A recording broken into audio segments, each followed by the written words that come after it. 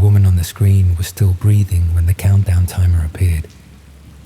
30 minutes. That's how long she had left before whatever was going to happen to her began. I didn't know it then, but that's also when my normal life ended. I've never told anyone this story before. Not properly anyway. I've alluded to it when people ask why I switched universities in my second year, but I've never felt ready to relive it in full until now. I suppose sharing it here, anonymously, feels safer. My therapist suggested writing it down might help process what happened, but I couldn't bring myself to do that either. Somehow, telling it like this, as if I'm just recounting it to a friend who wasn't there, makes it more manageable. I was studying computer science at a university in northern England. Not one of the fancy Russell Group ones, but decent enough. The campus was this odd mix of brutalist 1960s concrete blocks and sleek glass buildings that had been added more recently. Our main computer lab was in one of these newer buildings, all gleaming surfaces and ergonomic chairs. The kind of place that's supposed to inspire innovation and creativity, but mostly just made me worry about leaving fingerprints on everything. It was mid-October, about 6 weeks into my first year. The excitement of my first weeks had worn off, and the reality of the workload was setting in. I remember it was raining that day, not the dramatic, thunderous kind, but that persistent, miserable drizzle that seems to seep into your bones. The type of weather that makes you want to stay indoors, which is exactly what I was doing. I had a 2-hour gap between lectures and decided to use the time to work on a programming assignment due the following week. The computer lab was busier than usual because of the weather, but I managed to find a spot near the back. I always preferred sitting there, fewer distractions, and I didn't have to worry about people looking over my shoulder at my screen. The computers in the lab were these high-spec machines that the university had recently invested in. They were set up so that students could log in with their university credentials, and everything would be saved to their personal drive on the university network. Personal USB drives weren't necessary, but many students still used them to transfer files between home and university. I was about halfway through my assignment when Professor Harris walked in. He taught our Introduction to Network Security module and was known for being somewhat eccentric but brilliant. He was in his 50s, with a perpetually rumpled appearance, the stereotype of an academic who cared more about ideas than presentation. Professor Harris was setting up for a lecture that would be held in the lab later that afternoon. He was connecting his laptop to the projector and muttering to himself. I didn't pay much attention. I was struggling with a particularly frustrating bit of code. But then I noticed him searching through his pockets and bag with increasing urgency. He'd clearly lost something. Eventually, he approached the teaching assistant who was supervising the lab and had a brief conversation I couldn't hear. The assistant shrugged and gestured around the room. Professor Harris looked annoyed but resigned. He left shortly after, presumably to retrieve whatever he'd forgotten from his office. I returned to my assignment, but a few minutes later, I noticed something under the desk where Professor Harris had been standing. A small black USB drive. Without thinking much of it, I picked it up, assuming it contained his lecture slides for the afternoon. I thought I'd be helpful and plug it into his laptop so it would be ready when he returned. This is the moment I replay in my head constantly. The moment where if I'd made a different choice, if I'd just left the USB drive at the reception desk or waited for Professor Harris to come back, everything that followed might not have happened. But I didn't. Instead, I walked over to his laptop, which was still connected to the projector but had gone into sleep mode. I wiggled the mouse to wake it up and plugged the USB drive into one of the ports. I expected a File Explorer window to open, showing the contents of the drive so I could find his lecture slides. Instead, the screen remained black for a moment. Then, without any prompt from me, an application launched automatically. At first, I thought it was some kind of video player as a dark window opened, filling the screen. I realized with horror that what I was looking at was being streamed in real time. The image was grainy and poorly lit, but clear enough to make out a room with bare concrete walls. It looked like a basement or cellar of some kind. In the center was a young woman, tied to a chair. Her head was slumped forward, but I could see she was breathing. She appeared unconscious, not dead, which was somehow both a relief and more terrifying, because it meant whatever was going to happen to her hadn't started yet. I froze. My brain couldn't process what I was seeing. Part of me thought, hoped, it might be some elaborate setup for a horror film or an extreme performance art piece. But deep down, I knew better. There was an authenticity to the crudeness of the setup that no staged production would include. The feed had no sound, which made it even more unnerving. I could see the woman's chest rising and falling with each breath, but the silence made it feel distant and surreal, like watching a security camera feed. A ticker at the bottom of the screen was counting down from 30 minutes. It was at 28:47 when I first noticed it. I should have immediately unplugged the USB drive and reported it. That would have been the sensible, ethical thing to do. But shock kept me rooted to the spot, staring at the screen. I couldn't reconcile what I was seeing with the ordinary university environment around me. The cognitive dissonance was paralyzing. Then I noticed something that made my blood run cold. In the background of the video, barely visible in the poor lighting, was a small table. On it was a copy of our university newspaper, folded open to show the front page. I recognized it immediately because I'd read it that morning. It was the current issue, published just 2 days earlier. This wasn't some old video file stored on the USB. This was happening now, somewhere close by, somewhere on or near our campus. Just as this realization hit me, the lab door opened and Professor Harris walked back in. Our eyes met, and for a split second, there was nothing unusual in his expression, just mild curiosity about why I was standing at his laptop. Then his gaze shifted to the projector screen, which was large enough that anyone in the room could see it clearly.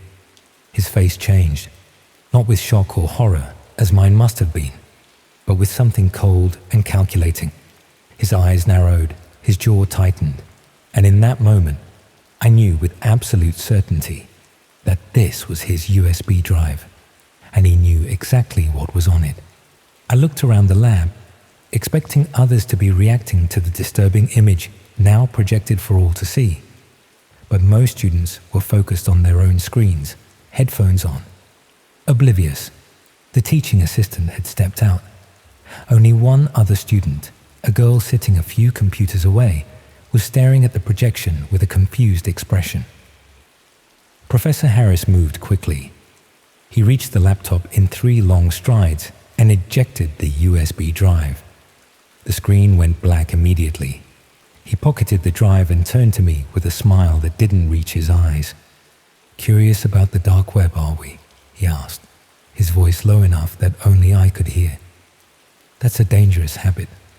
People who poke around where they shouldn't tend to find themselves in uncomfortable situations." I mumbled something about finding the drive on the floor and thinking it contained his lecture slides. My heart was pounding so hard I thought it might burst through my chest. He didn't believe me. I could tell by the way his eyes hardened. But he maintained that artificial smile. "Best forget what you saw," he said, still quietly. "It's not real anyway. Just a simulation for my advanced cybersecurity class. Special effects. Impressive, aren't they?" I nodded, desperate to escape the conversation and the lab. I returned to my computer, saved my work and logged off. My hands were shaking so badly I could barely navigate the mouse. As I packed up my things, I glanced at Professor Harris. He was watching me, that same cold calculation in his eyes. I left the lab as casually as I could manage. But once in the corridor, I nearly ran to the nearest toilet, where I was violently sick. My mind was racing with implications and possibilities, none of them good. If what I'd seen was real, and the university newspaper in the background strongly suggested it was, then Professor Harris was involved in something truly horrific, and he knew that I knew. I spent the next hour hiding in a cafe on campus, trying to decide what to do. Report it to the police? But what exactly would I say? That I'd seen a disturbing video that could have been faked? That a respected professor might be involved in something criminal based on a few seconds of footage and my interpretation of his reaction? It sounded ridiculous even to me. I decided to go back to my accommodation and think it through properly. I needed to gather my thoughts, maybe research if there had been any reports of missing women in the area. I convinced myself that approaching this methodically was better than rushing in with wild accusations. That was my second mistake. When I reached my room, the door was unlocked. I was certain I'd locked it that morning. I always did. Inside, nothing seemed obviously disturbed, but there was a sensation in the air, like the molecular structure of my personal space had been rearranged slightly. Someone had been there. On my bed was a university newspaper, the same edition I'd seen in the video. It was folded open to a specific page, one I hadn't paid attention to that morning. In the corner was a small advertisement for a student mental health service with the tagline, "Feeling watched? Anxious? Paranoid? We can help." It was a message, a warning. I packed a bag with essential items and left campus that evening. I stayed with a friend in Manchester for a week, claiming a family emergency. When I returned, I switched all my modules to avoid Professor Harris's classes. I considered reporting what I'd seen to the university authorities or the police. But each time I worked up the courage, I remembered that newspaper on my bed. He'd been in my room. He knew where I lived. And he clearly had connections to something much darker than academia. For the rest of that term, I felt eyes on me constantly. Sometimes I'd glimpse Professor Harris across the campus, watching me. Once, I found a USB drive identical to the one I'd found, sitting on my desk in the library. I left it untouched and moved to another floor. I never saw its owner collect it. I transferred to a different university for my second year, using family issues as an excuse. I haven't been back to that campus since. Sometimes I search local news archives for reports of missing women around that time, but I've never found anything conclusive. I don't know if what I saw that day was the prelude to a murder, or part of some elaborate underground streaming service catering to sadistic viewers. I don't know if the woman in the chair was rescued, or if she became another missing person statistic. I don't know how deep Professor Harris was involved, or how many others at the university might have been part of it. What I do know is that the dark web isn't just some abstract concept or urban legend. It's real, and it touches our ordinary world in ways we'd prefer not to acknowledge.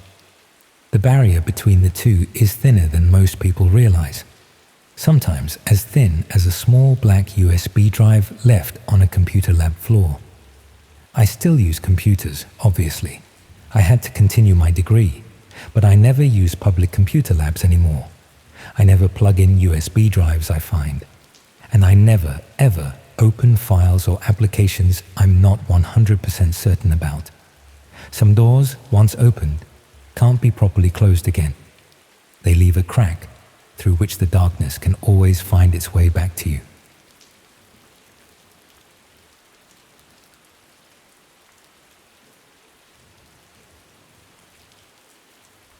Have you ever stumbled across something online that made your blood run cold?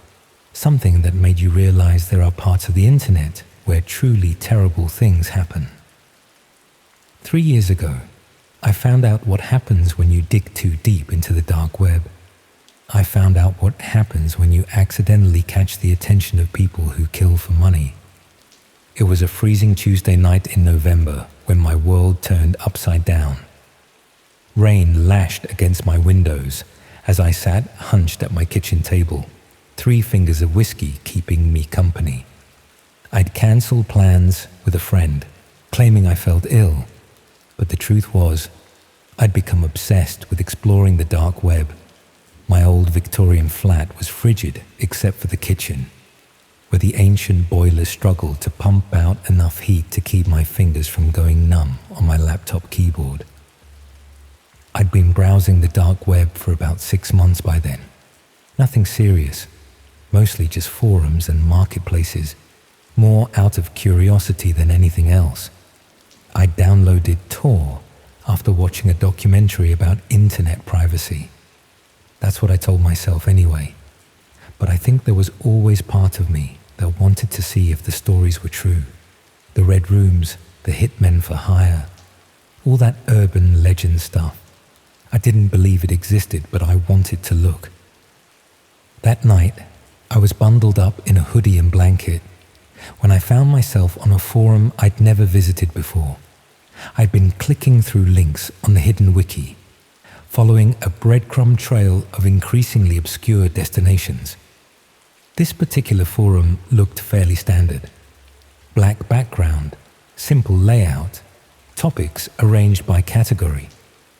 What caught my eye was a thread about someone who had hired a person to solve a problem. See, this could have meant anything. Could be a hacker, could be someone to buy drugs, could be someone to do your university coursework. But something about the simplicity of it made my stomach tighten. I clicked on it, more out of morbid curiosity than anything else. The thread had started about 3 weeks earlier. The person who started it had written a short introduction about hiring someone to solve a problem the previous month. It cost them 15 Bitcoin. They said the problem no longer existed, and they were happy to answer questions about the process. 15 Bitcoin. At the time, that was close to £80,000. Whatever problem this person had, it wasn't cheap to solve. The comment section was active, about 200 replies. I scrolled through, feeling the chill in my kitchen intensify with each response I read. Someone asked how they verified the person they hired wasn't law enforcement. The reply was about getting a referral from a trusted source, and that the service had been operating for over 6 years with verified results. Another person asked for proof that the job was completed. The response mentioned an obituary sent via secure channel, with details matching specifications exactly. I remember setting my whiskey down at this point. My hand was trembling slightly. This couldn't be real. It had to be people role-playing or trying to scam others out of Bitcoin. Murder for hire is the kind of thing that happens in films, not on some forum I'd stumbled onto while bored on a Tuesday night. But as I continued reading, the casual, matter-of-fact nature of the discussion made my skin crawl. These people were talking about taking someone's life with the same tone you might use to discuss having your car serviced. Someone asked about the timeline from payment to completion. The answer was 16 days. Would have been faster, but the target traveled unexpectedly. They waited until the person returned to their home location for cleaner work. Cleaner work. Jesus Christ. I should have closed the laptop then. Should have deleted Tor, had a shower, and tried to forget what I was reading. But I didn't. Instead, I poured another drink and kept scrolling. Something about the casualness, the banality of evil on display, had me frozen in horrified fascination. Someone asked if there were options for how the problem was solved. The reply mentioned a menu of options with different price points: accident, suicide, illness, or standard removal. Higher cost for the first 3, but worth it for avoiding investigation. I felt physically sick, but what disturbed me even more were the people asking practical, logistical questions. They weren't shocked or appalled. They were taking notes. At some point, I don't remember exactly when, I clicked on the profile of the person who started the thread to see if there was any information. There wasn't much. Account created 4 months ago, only a handful of posts. but there was a location listed. Greater Manchester. I lived in Manchester. It was probably fake. People don't put their real locations on the dark web. But seeing my city listed sent a chill through me that had nothing to do with my poorly insulated flat. I returned to the thread, scrolling further down. One comment caught my attention about someone having a similar issue with their business partner in the construction industry, located in northwest England. The response confirmed it was about a former business partner in property development, also in northwest England, and offered to move to a private channel for details. Northwest England, property development. I remembered reading something in the Manchester Evening News a few months back. A property developer had been found dead in his car in a quarry outside the city. Apparent suicide, but the family was disputing it. My heart was pounding now. I opened a new tab and searched for the news story. Found it almost immediately. This property developer, co-owner of a development company, was found dead in his Range Rover at a quarry in March. Carbon monoxide poisoning. The family insisted he had no history of depression and was in good spirits, having recently won a major contract. The date of death was exactly 1 month before this person's first post on the forum. I closed the tab, my hands shaking properly now. This couldn't be real. It had to be a coincidence. Or maybe they had based their fictional story on a real local event to make it seem more credible. I returned to the forum, intending to close it for good, when I noticed something. A new comment had appeared while I was searching for the news article. It was addressed to the person viewing from Manchester on a Virgin Media router, followed by my exact router ID. They asked if I was enjoying the thread. My stomach dropped. That was my router ID. I'd named it that when setting up my internet. How the hell did they know that? I slammed my laptop shut, unplugged my router, and sat in the darkness of my kitchen, the only light coming from the blue flames of the boiler. My mind was racing. It wasn't possible. You can't identify someone through Tor. That's the whole point. Unless the forum itself was some kind of honeypot, or unless I'd made some rookie mistake with my security settings. I didn't sleep that night. The next morning, I factory reset my laptop, changed all my passwords, and told myself I was being paranoid, that it was all an elaborate prank or scam, that this person couldn't possibly know who I was or where I lived. For a few weeks, I jumped at every unexpected sound in my flat. I found myself looking over my shoulder on my way home from work. But gradually, as nothing happened, I convinced myself it had been some kind of coincidence or trick. Maybe the forum could see I was from Manchester through some metadata leak, and the router thing was a lucky guess. Or maybe I'd misread it entirely. I tried to forget about it, and for the most part, I succeeded. I never went back on the dark web, never wanted to, until last week. I was scrolling through Twitter when I saw it. A BBC News article about a trial beginning for a Manchester dark web murder for hire case. I clicked on it, my chest tightening. The former business partner of that property developer was on trial for allegedly hiring a hitman through the dark web. The police had been tipped off by an anonymous source who provided screenshots of forum conversations with the exact same username I'd seen that night. The article included one of the screenshots.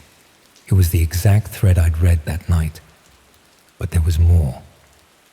Further down in the comments, after I'd closed my laptop that night, there was a message. It said, since there was an uninvited guest, they wanted to clarify something. They weren't worried about law enforcement because by the time they would see this, all traces would be gone. But for their friend on Virgin Media, who was reading about the victim right then, they had a message. Curiosity is dangerous. They knew where I lived. They knew I lived alone. They said to consider this a professional courtesy. Forget what I'd seen. I hadn't seen that message, but whoever had tipped off the police had. The article went on to say that the business partner had been under surveillance for months before his arrest. Digital forensics had found Bitcoin transactions matching the timeline and amount mentioned in the forum. The hitman had never been identified, and here's the thing that keeps me awake at night. The anonymous tip that led to the arrest came 3 months ago. For over 2 years, this person had gotten away with it. Someone else had seen that thread, seen the threat toward me, and turned them in. But who, and why now? 2 days after I read the article, I received a letter. No return address. Inside was a single sheet of paper saying that the service provider mentioned in their previous conversation had been compromised. A new provider had acquired their client list. My details were in the system as a person of interest. The message said this matter had been resolved, and no further action was required. I've moved flat since then, changed my phone number. I'm writing this from a different city. I don't know if I'm being paranoid or not. Don't know if there really was a hitman, if they really did know who I was, if someone else really did. What? Take them out to protect me? Or if the business partner just got sloppy and got caught on their own? All I know is that sometimes, when I'm sitting at my new kitchen table late at night, I could swear I hear someone testing the door handle. And every time I get an email from an address I don't recognize, my heart stops for a moment. Because the dark web isn't just some abstract concept or urban legend. It's real people doing real things. And sometimes those things involve ending lives for £80,000. And sometimes, just by clicking the wrong link, you become part of something you can never fully escape.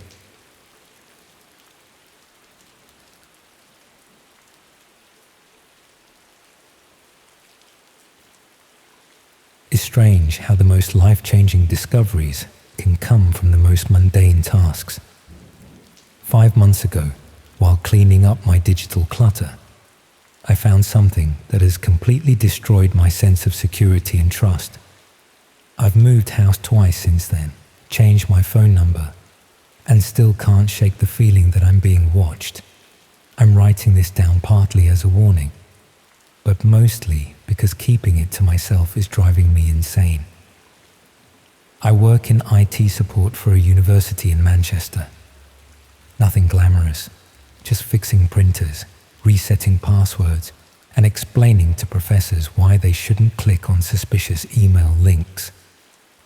I've always been organized with my physical possessions, but absolutely terrible with digital housekeeping. My desktop was always a mess of random files. My download folder, a digital wasteland of forgotten PDFs and installation packages. My bad habits caught up with me when my laptop started running painfully slow. After putting it off for months, I finally set aside a Sunday afternoon to do a proper digital cleanup. I was living alone in a small flat near the university, having recently broken up with my girlfriend of 3 years. She'd moved to Edinburgh for work, and neither of us wanted the hassle of a long-distance relationship. So there I was, single again, at 32, spending my weekend deleting old files, while rain pelted against my windows. I started with the obvious stuff, emptying the recycle bin, clearing my downloads folder, uninstalling unused programs. Then I moved on to my email accounts, where years of newsletters, promotional offers, and spam had accumulated. I had 3 accounts that needed attention: my work email, my personal Gmail, and an old Hotmail account I'd had since university that I mainly kept for nostalgia and as a backup. The Hotmail account was the worst. Over 15,000 unread messages dating back to 2008. I was about to mass delete everything when I noticed the junk folder had a notification showing 246 items. Curious about what the spam filter had caught, I clicked on it. Most of it was exactly what you'd expect. Penis enlargement offers, fake lottery wins, phishing attempts. But as I scrolled down, I noticed something odd. There were several emails from the same address, just a string of numbers and letters at a domain I didn't recognize. Each had an attachment named with a date, going back about 2 years. The most recent one was from just a week earlier. Now, I know better than to open random attachments, especially from my junk folder. That's literally part of what I teach in the basic IT security workshops for new staff. But something about the systematic naming and regular frequency made me pause. These didn't look like typical spam. They looked almost like scheduled reports. Against my better judgment, I opened the most recent email. There was no message, just a text file attachment. I scanned it with my antivirus before opening it, and it came back clean. When I opened the file, I found what appeared to be login credentials and instructions. There was a long string of characters labeled onion URL, followed by a username and password. Below that were brief instructions. Use Tor browser only. Log in within 24 hours of receipt or credentials will reset. Do not share access. Monthly payment confirmed. I recognized the reference to an onion URL and Tor. This was clearly related to the dark web. But why was someone sending these details to my old email address? And what was this about a monthly payment? I checked the other emails and found they all contained similar text files, each with different credentials but the same instructions. The dates corresponded to the first day of each month, like clockwork. My first thought was that these were meant for someone else. Perhaps the previous owner of my email address, though I'd had this account since I was an undergraduate. My second thought was more unsettling. What if someone was using my forgotten email account for something illegal? I should have deleted everything right then, should have changed my password, set up two-factor authentication, and forgotten all about it. But curiosity is a powerful force, especially when you're bored and alone on a rainy Sunday. I told myself I was just being responsible. If someone was using my email for something illegal, I should know about it, right? So I downloaded the Tor browser, something I'd never used before despite working in IT. I told myself it was just research, that I would take a quick look and then report anything suspicious to the proper authorities. I copied the onion URL from the text file and pasted it into the Tor browser. It directed me to what looked like a login page with a minimalist black background.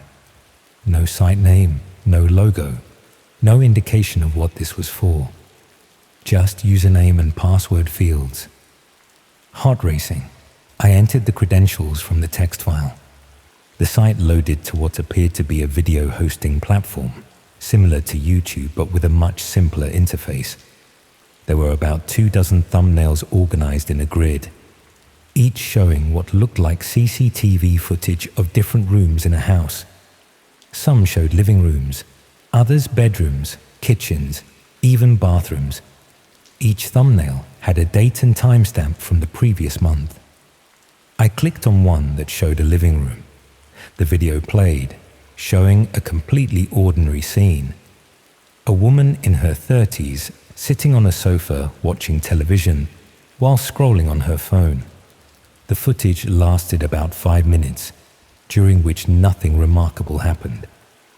She got up at one point to leave the room, came back with a glass of water, and resumed watching TV.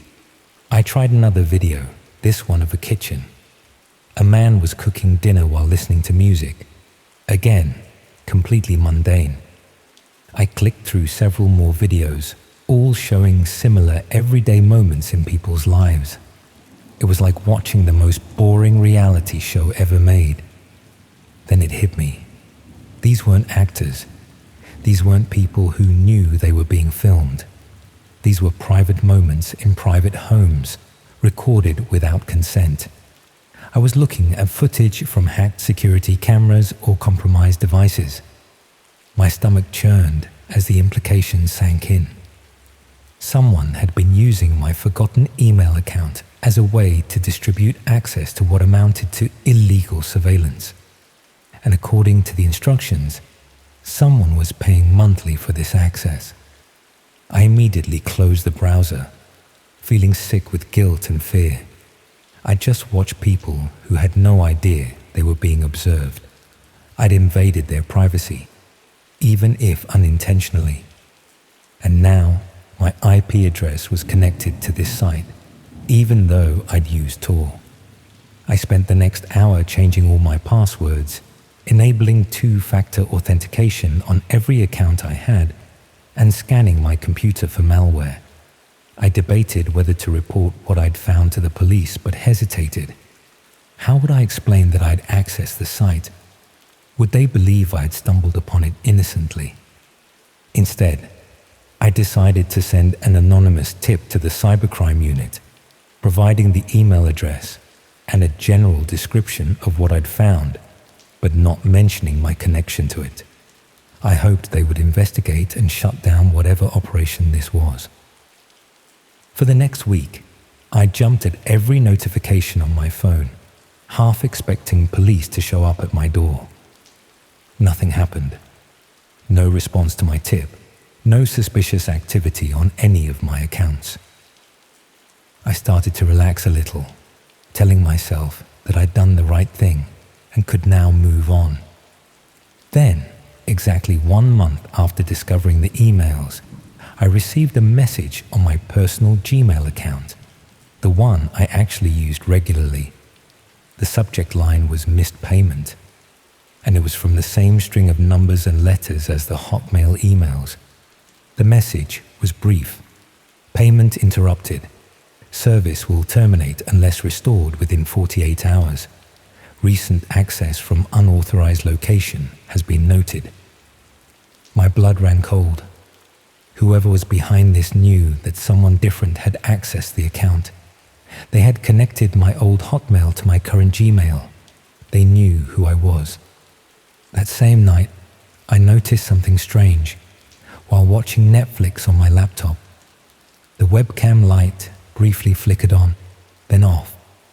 It could have been a glitch, but combined with the email, it sent me into a panic. I covered the camera with tape, but the damage to my peace of mind was done. Over the next few days, I became increasingly paranoid. I was convinced my devices had been compromised, that someone was watching me through my own technology. I started unplugging my router at night, covering all camera lenses, even disconnecting my smart TV. 2 weeks after the missed payment email, I came home from work to find my flat had been broken into. Nothing valuable was taken. Not my laptop, not my TV, not even the cash I kept in my desk drawer. The only thing disturbed was my bedside table, where my diary had been moved. I reported the break-in to the police, but without anything stolen, they didn't seem particularly concerned. I didn't tell them about the emails or the website. It seemed too disconnected, too paranoid. That night, I couldn't sleep. Every creak in the building, every passing car outside sent my heart racing. Around 3 a.m., I got up to make tea and noticed my laptop was open on the kitchen table. Not where I'd left it, and certainly not how I'd left it. On the screen was a text document containing addresses and personal information about the people I'd seen in those videos. Below their information was my own. My full name, address, workplace, parents' address, and the routes I typically took to work. At the bottom was a simple message. Witnesses are participants. Participants are responsible. I packed a bag and left that night, staying with a friend while I looked for a new place to live. I told everyone I'd had a plumbing disaster in my flat that made it uninhabitable. I changed my phone number, deleted all my social media, even considered changing jobs. It's been 5 months since then. I've moved twice, switching cities entirely the second time. I live completely offline now. No social media, no cloud storage, no smart devices. I'm writing this on a new laptop that has never been connected to my name in any way. But sometimes, I still see the webcam light flicker when I'm working late. Sometimes, I receive blank emails from addresses I don't recognize. And last week, I found a note on my car windscreen with just an Onion URL written on it. Different from the original one, but unmistakably similar in format.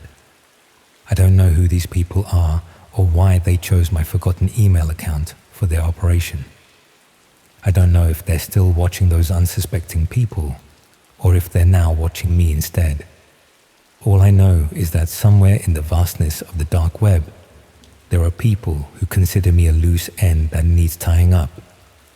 So if you ever find something unexpected while clearing out your digital junk, something that doesn't quite make sense, something that perhaps wasn't meant for you, delete it, close it, forget you ever saw it, because once you've seen something you shouldn't, there's no going back. And in the dark corners of the internet, there are people who will go to extraordinary lengths to protect their secrets.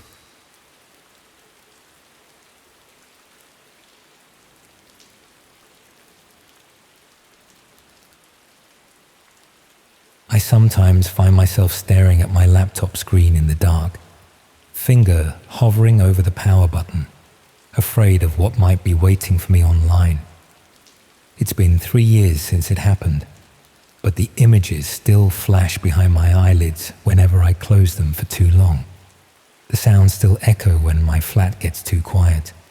The knowledge of what exists in those hidden corners of the internet still weighs on me like a physical presence. I just moved to Manchester for a teaching position that had fallen through at the last minute. My savings were dwindling. My laptop had died an inglorious death after an unfortunate encounter with a cup of tea, and I was staying in this miserable bedsit where the Wi-Fi worked about as reliably as British weather forecasts. I needed to send out CVs, check job listings, anything to keep myself from having to crawl back home to Birmingham and admit defeat. That's how I found myself in this grimy internet cafe, tucked between a kebab shop and a betting parlor on a side street that even Google Maps seemed hesitant to acknowledge. The kind of place with ancient desktop computers behind sticky partitions, mysterious stains on the carpet, and a permanent haze of cigarette smoke despite the no smoking signs plastered everywhere. The kind of place that charged by the hour but would look the other way if you wanted to download something dodgy or watch something that might raise eyebrows in a more reputable establishment. I remember the owner barely looking up when I walked in, just pointing to an open computer in the far corner and grunting what might have been a price. The place was nearly empty, just a couple of teenagers huddled around a screen playing some online game, and an older man with bloodshot eyes staring intently at his monitor. The computer I was assigned was tucked away in the corner, partially hidden by a partition that might once have been white but had yellowed to the color of nicotine. The chair wobbled, the keyboard was missing several keys, and there was a peculiar smell emanating from somewhere beneath the desk that I chose not to investigate. But it had internet access, and at that point, that was all that mattered. I spent the first hour doing what I'd come to do, sending emails, updating my CV, applying for jobs that I was either overqualified or underqualified for, but desperate enough to try anyway. It was mind-numbing work, made worse by the sluggish internet connection and the computer that seemed to deliberate over every keystroke like it was making a life-altering decision. After a while, I needed a break. The teenagers had left. The bloodshot-eyed man was still there, and the owner appeared to be dozing behind the counter. I decided to check some news sites, maybe scroll through social media for a bit before diving back into the job hunt. That's when I noticed something odd. When I opened a new browser window, it didn't default to the usual search engine. Instead, it opened to a blank page with a simple search bar and a string of numbers and letters in the address bar that didn't look like any URL I'd seen before. I figured it was some custom setup for the cafe, maybe a portal page or something. Out of curiosity, I tried searching for general news. The results that came back weren't from any sites I recognized. The layouts were basic, the text sometimes oddly formatted. Some weren't even in English, but the content seemed legitimate enough. World events, political commentary, technology news, just from sources I'd never heard of. I remember thinking it was interesting how different search engines could yield such different results. I clicked on a few links, skimming articles that seemed to have more detailed information than mainstream sites, sometimes with perspectives that felt refreshingly unfiltered.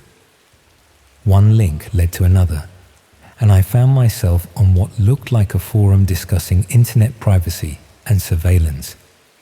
The users seemed knowledgeable, if paranoid, sharing tips on how to avoid tracking and discussing the extent of government monitoring programs. It was while reading through these discussions that I first saw mention of something called the Red Rooms. The way they referenced it, always with a mixture of disgust and morbid fascination, made it clear this was something deeply disturbing. My initial instinct was to back away, to return to the job sites and forget about it. But there's something insidious about curiosity when it's paired with the perceived anonymity of being on someone else's computer in a place where no one knows your name. I searched for the term, telling myself it was just to understand what they were talking about, just to confirm it was as bad as I suspected, so I could properly condemn it. The search returned fewer results, and they were much darker in tone. Links with ominous names, descriptions that were deliberately vague, yet hinted at violence. Still, nothing explicit appeared, just discussions, rumors, debates about whether such things actually existed or were just internet legends designed to frighten the naive. One thread caught my attention. Users were arguing about the authenticity of various sites, with some claiming most were elaborate hoaxes designed to scam the gullible or trap the unwary. One user, with the username Lucky Number 7, seemed particularly adamant that they had verified access to legitimate streams. They were being challenged by others accused of boasting about something they couldn't prove. In response, Lucky Number 7 posted what appeared to be access instructions, a URL that wasn't clickable, instructions for a specific browser, references to encryption keys and verification processes. It read like a deliberately complex treasure map designed to filter out all but the most determined. The post was quickly deleted by a moderator, but not before others had responded with variations of disbelief and macabre interest. I sat there, staring at the screen where the post had been, feeling an uncomfortable mixture of relief and disappointment that it had disappeared before I could properly process it. I should have taken that as a sign to stop, to get back to my job search, to remember why I was there in the first place. Instead, I found myself scrolling back through the cached version of the page, looking for fragments of those instructions. I told myself it was just to understand, just to know what people were talking about, just to confirm it was real, so I could properly process how disturbed I should be. Justifications that sound hollow now, but seemed reasonable in that moment. I found bits and pieces, enough to piece together that these red rooms were supposedly live streams of torture or worse, where viewers could pay to request specific acts. Most users insisted they were myths, technical impossibilities, or elaborate scams. But the user Lucky Number 7 had seemed so certain, had written with such specific detail. In my fumbling exploration, I clicked through to a page that asked for a verification code. I was about to back out when I noticed the username displayed in the corner of the screen. Lucky Number 7. I wasn't on my own account.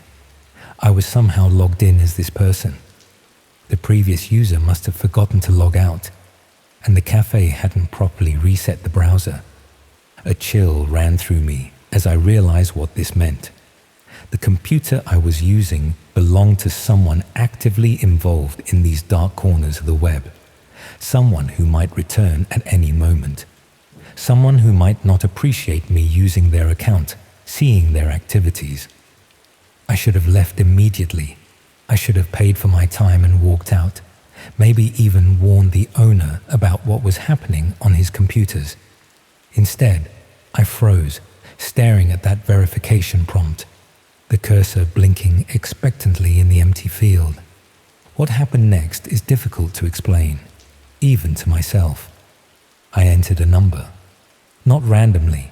I typed 7 because of the username. A simple, stupid impulse based on nothing but pattern recognition. I expected an error, a security question, anything that would block my accidental intrusion. Instead, the page loaded. The screen went black momentarily, then filled with thumbnail images arranged in a grid. Each had a title, a price, and a small counter showing viewer numbers. The titles were clinical, descriptive in the way scientific classifications are descriptive. Detached language that barely concealed the horror they represented. I remember feeling numb, disconnected from my own body as I stared at those thumbnails. Like I was floating somewhere above myself, watching someone else's hands hover over that keyboard. Someone else's eyes scan those images. It didn't feel real. It couldn't be real. One of the thumbnails was highlighted, indicating it was currently live. Without consciously deciding to, I found myself clicking on it. There was a brief loading screen, a payment prompt that seemed to recognize Lucky Number 7 as having credit, and then I won't describe what I saw, not specifically, not the room or the equipment or the people, not the fact that it was happening in real time, that a counter in the corner was ticking up as more viewers joined, that a chat window was filling with requests and amounts attached to them, not the moment when I realized the person controlling the camera had acknowledged a request from Lucky Number 7's account, from me, as far as they were concerned, and was acting on it. I slammed the laptop shut so hard the screen cracked.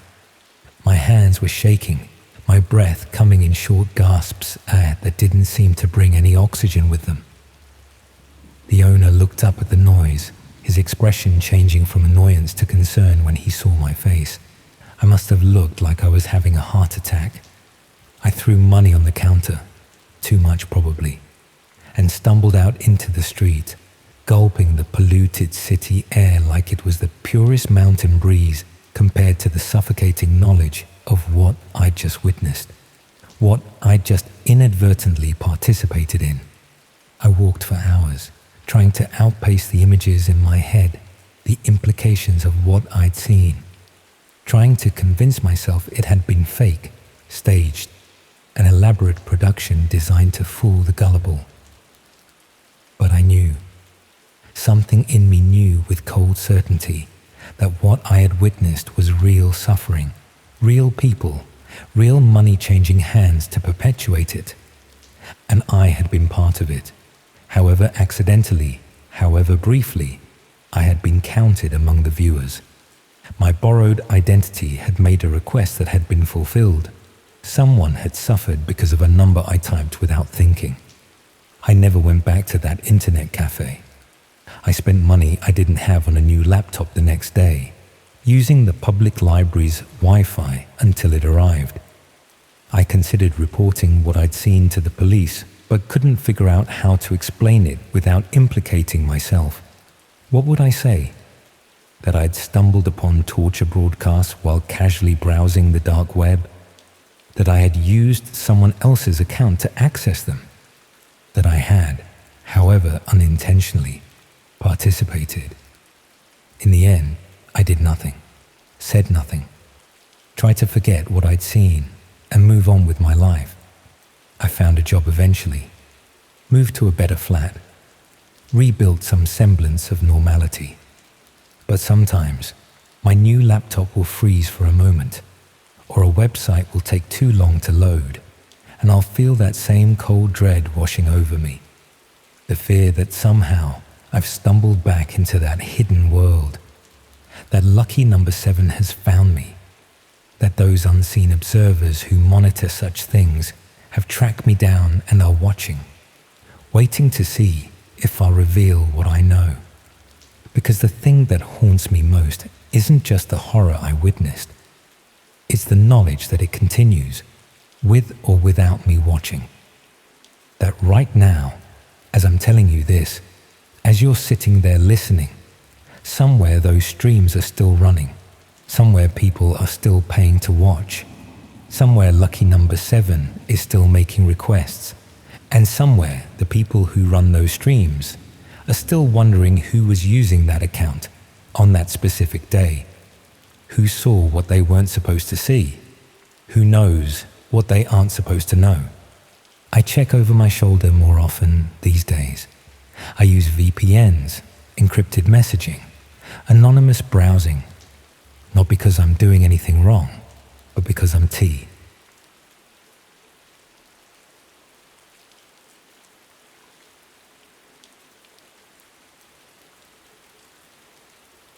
I've been sitting on this experience for nearly 8 months now. I haven't told anyone about it, not my friends, not my family, definitely not any professional who might be obligated to report it. But it's eating me up inside, so maybe writing it down will help me process what happened.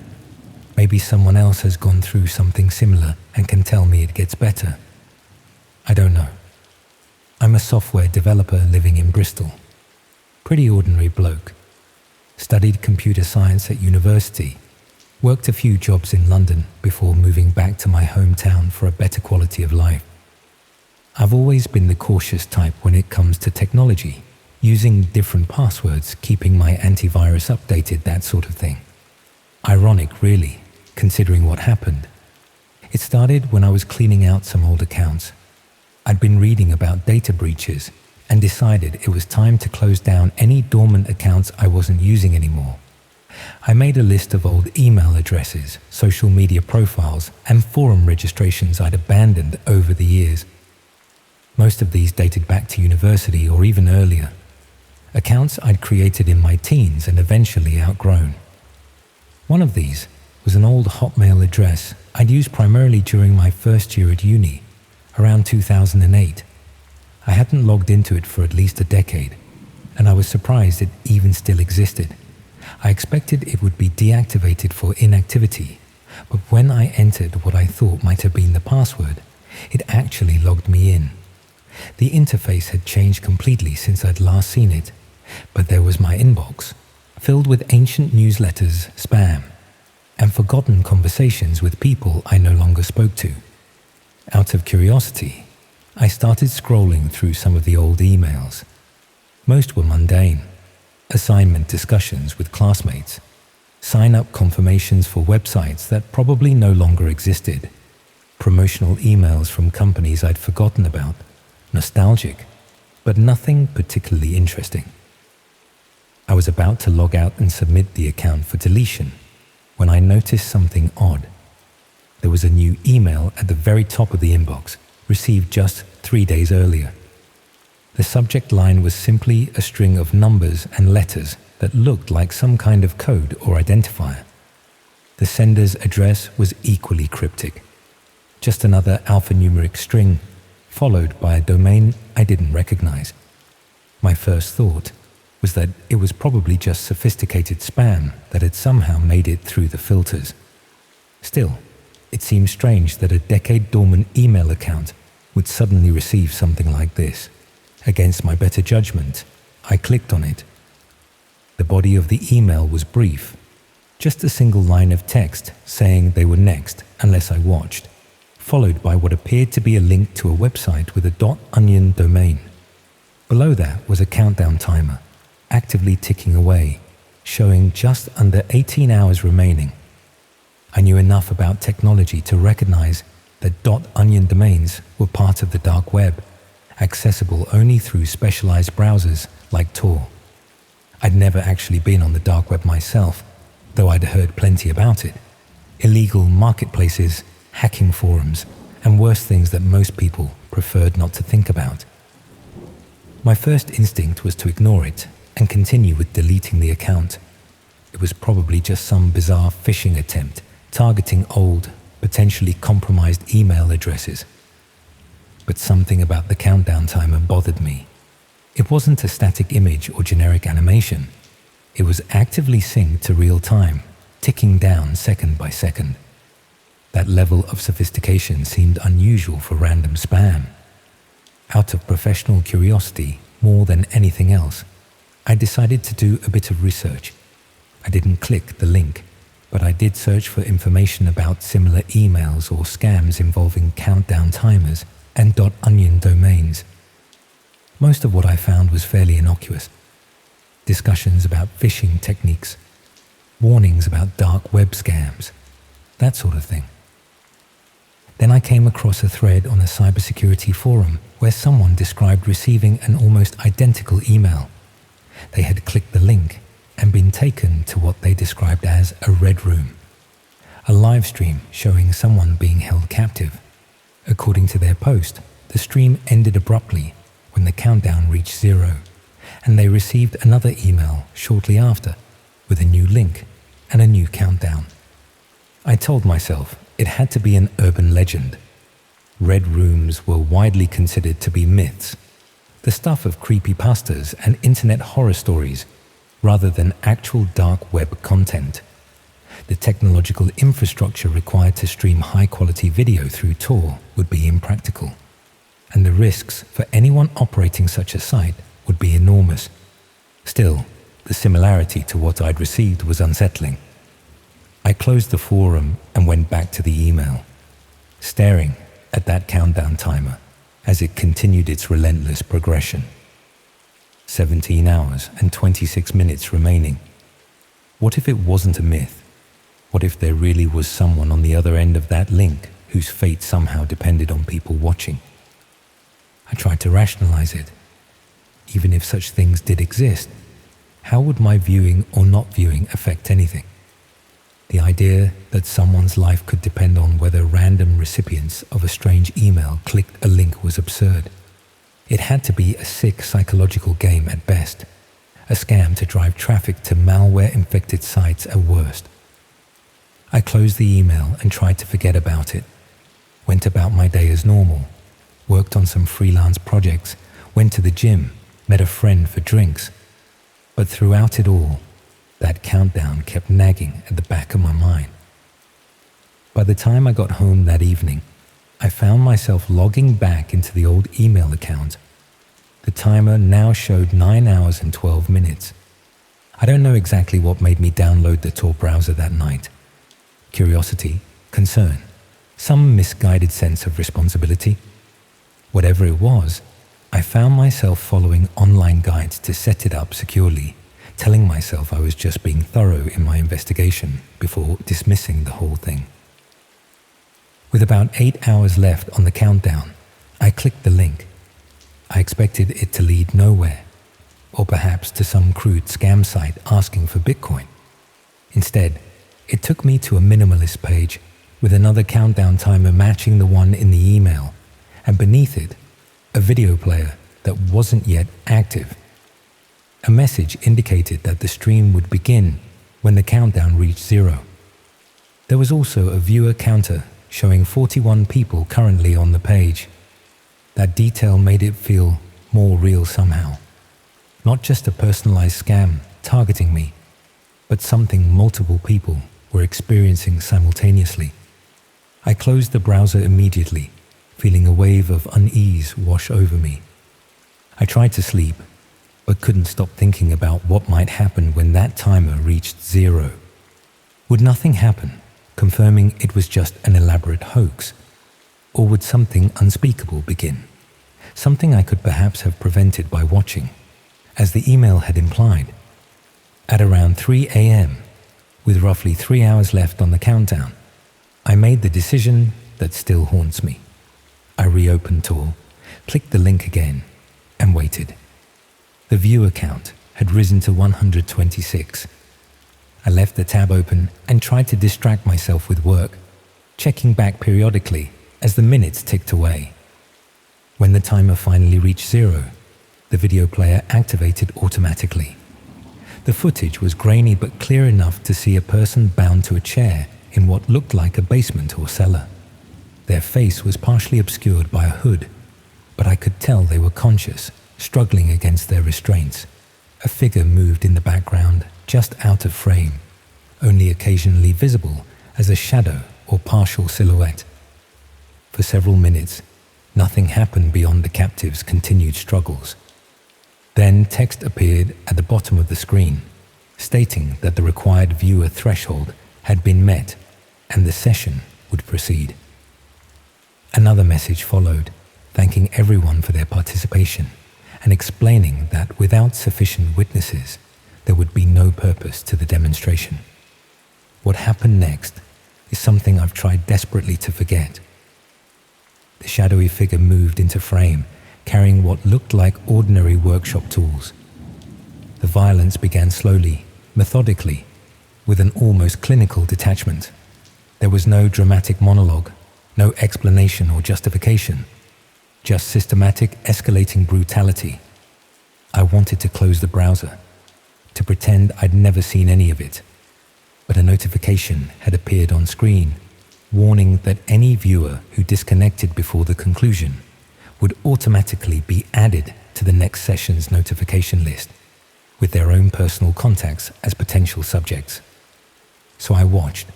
For 47 minutes, I watched. When it finally ended, the stream didn't immediately disconnect. Instead, a message appeared thanking viewers for their compliance and promising another session in the near future. Then the browser tab closed itself automatically. I was physically sick afterward, vomiting until there was nothing left but bile and self-disgust. I spent the rest of the night in a state of panic, alternating between convinced I needed to go to the police and terrified of the consequences if I did. What if they thought I was somehow involved? What if reporting it put me on the radar of whoever was behind it?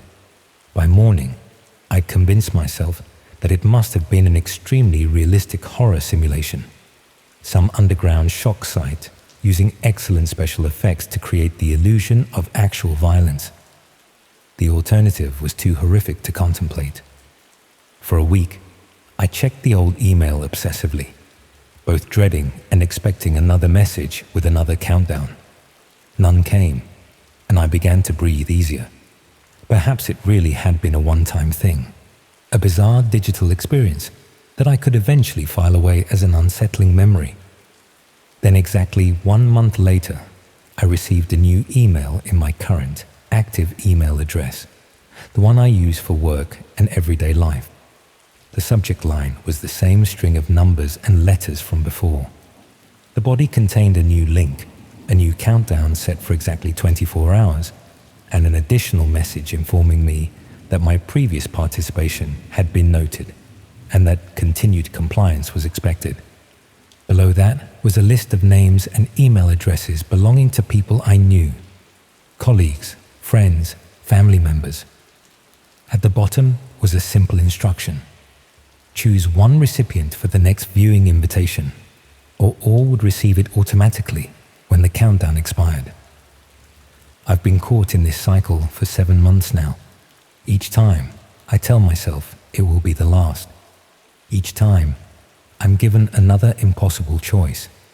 I've tried using burner emails, VPNs, different devices. Nothing helps. They always find me. The only small mercy is that I've been able to select people I don't know personally from random email databases as the next recipients, though I'm consumed by guilt at the thought of passing this burden to strangers.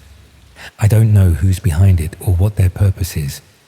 Is it some kind of psychological experiment, a depraved form of entertainment, an elaborate blackmail scheme waiting to be activated?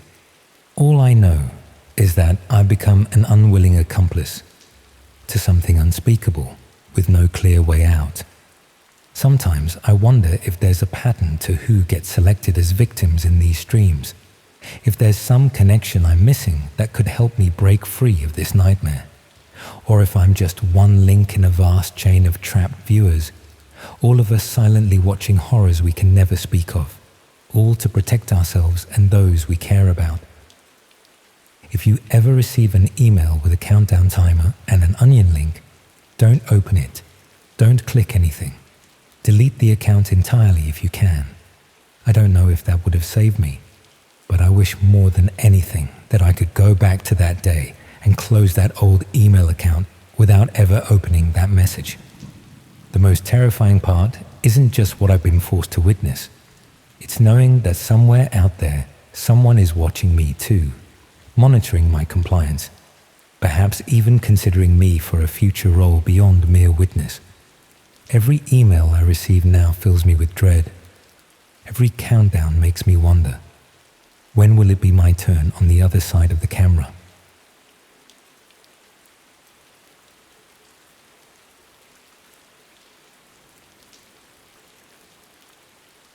I've been debating whether to share this story for weeks, but I need to get it off my chest.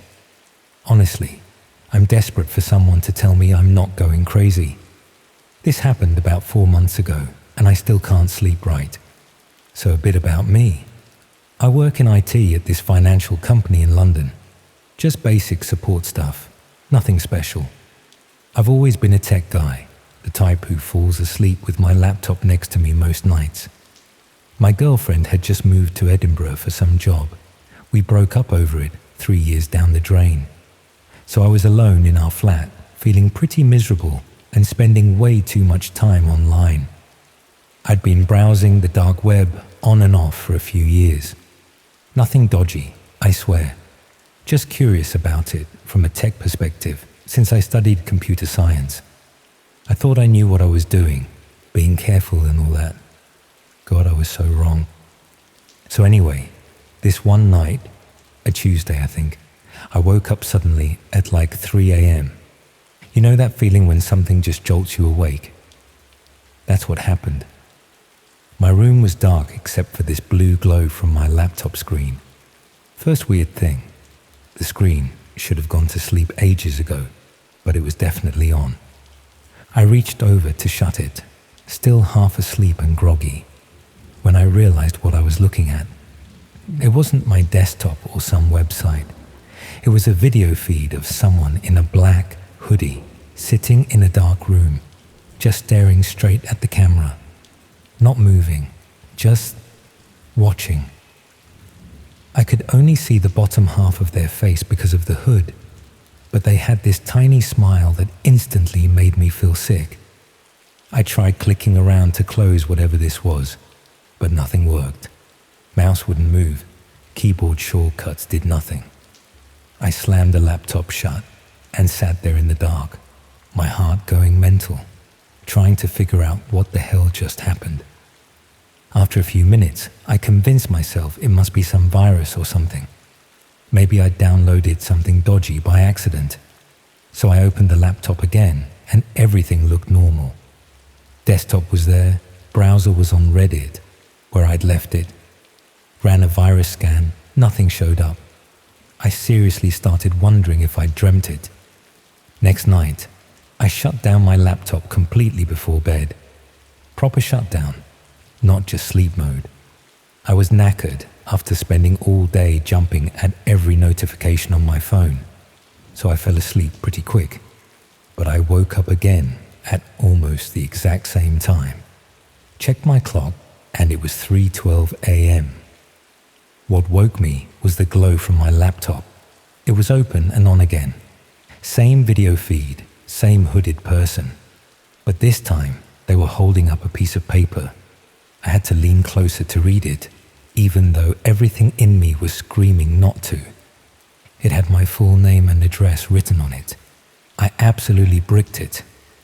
Yanked the power cord out, took the battery out with shaking hands, and spent the rest of the night with all the lights on, clutching a kitchen knife and checking the locks every 10 minutes. Next day, I took my laptop to work and asked our security guy to check it out. Didn't tell him exactly what happened, just said I thought someone might have hacked it. He found nothing, but told me to change all my passwords and set up two-factor authentication on everything. That night, I left my laptop at work, turned my phone completely off, and even unplugged my TV before going to bed. Thought I was being clever. But guess what? 3 a.m. rolls around and my TV turns itself on. Same hooded figure, new sign, found your camera. It took me a second to remember my smart TV has a built-in camera for video calls that I never use. Never even thought about it being there. I pulled the TV plug out of the wall and sat on my bed, trying not to have a full-on panic attack. This wasn't random. Someone was specifically targeting me. But why? I'm nobody important. Then I remembered this argument I had on some dark web forum a few months back with someone who claimed they could hack into any home network undetected. I called them out on it, said it was impossible without leaving traces. They went quiet after I challenged them to prove it. Hadn't thought about it since. I reported everything to the police the next day. They took notes, but didn't seem that bothered. Basically said it was probably just a prank, and cybercrimes are hard to investigate. Didn't mention the dark web bit to them. Instead of waiting for the police to do nothing, I went full paranoid, wiped all my devices, changed my Wi-Fi router, covered every camera with tape, and bought this RF detector to check for hidden cameras. Found nothing, but didn't feel any safer. After a week with no creepy wake-up calls, I started thinking maybe I'd fixed it. Then I got this email from a weird address. Just numbers, no name. Subject line was 3:12 a.m. and there was just an attachment. It was a photo of me sleeping in my bed from the night before. That was it. I packed a bag, booked into a hotel, and called in sick to work. Used the hotel's computer to find a security company and had them sweep my entire flat. They found 3 hidden cameras, one in my bedroom smoke detector, one in the living room light, and one in the bathroom fan. All wireless, sending footage somewhere outside the flat. They also found this little device attached to my router, creating a backdoor into my network, so someone could access all my devices. They removed everything, but no way was I staying there. Broke my lease, moved flats, and only told my best friend and my parents where I went. I'd love to say that fixed everything, but I'm still a mess. I obsessively check for cameras everywhere. Disconnect everything when I'm not using it.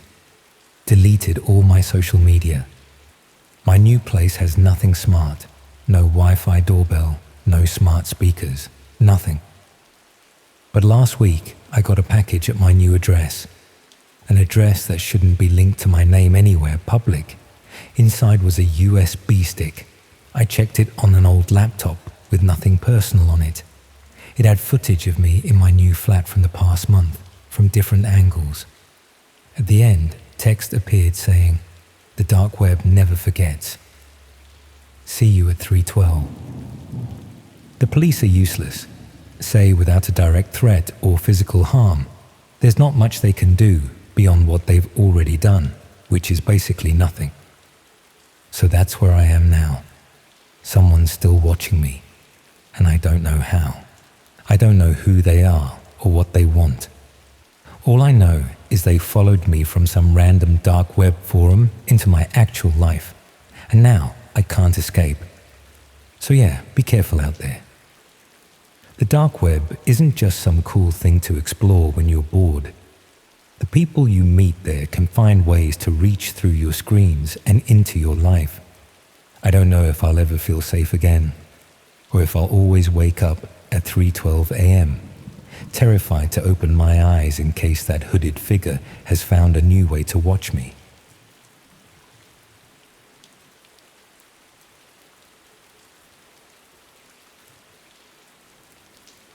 Six months ago, I considered myself pretty tech-savvy. I've built my own computers since I was 15, worked in IT for a few years before switching to graphic design, and thought I knew the difference between the regular web and the darker corners of the internet. Turns out I had no idea how quickly you can stumble into something terrible when you're not paying attention. I'm 32, recently divorced, and was going through that classic post-breakup phase where loneliness hits hardest late at night. My ex and I had been together since university, nearly 10 years, before she decided we'd grown in different directions and moved out last autumn. After the split, I threw myself into freelance design work during the day, but the evenings stretched endlessly in my too-quiet flat in Bristol. I'd never really dated as an adult, having met my ex in a philosophy seminar when I was 21, and the whole online dating scene felt overwhelming. One Friday night in February, after a couple of beers and a particularly depressing attempt at cooking for one, I found myself browsing dating sites. Not the mainstream apps everyone uses, but increasingly obscure ones I discovered through Reddit threads and tech forums. I told myself I was just researching the user experience as a designer, but really, I was lonely and curious about how people connected online now. Around 1 a.m., after falling down a rabbit hole of increasingly dubious dating platforms, I clicked a link that promised unfiltered video connections with no corporate censorship. The site looked professionally designed but had an edgy aesthetic, dark background, red accents, minimalist interface. It required no sign-up, just an agreement to terms of service I admittedly didn't read, and access to my webcam, which I allowed without much thought. In my slightly buzzed state, the lack of registration seemed convenient rather than suspicious. The site's landing page displayed thumbnails of what appeared to be webcam feeds, mostly women in dimly lit bedrooms, some wearing lingerie, others in casual clothes. It resembled any number of cam sites that exist in that grey area between dating and adult content. I remember thinking it was probably one of those pay-to-chat services and was about to close the tab when a notification popped up. User Diamond Girl 92 has invited you to a private room. The thumbnail showed a woman with dark hair, face partially obscured by shadows, but smiling in what looked like a bedroom. Something about the spontaneous invitation appealed to my ego. The idea that someone had chosen to connect with me specifically. I clicked accept without hesitation.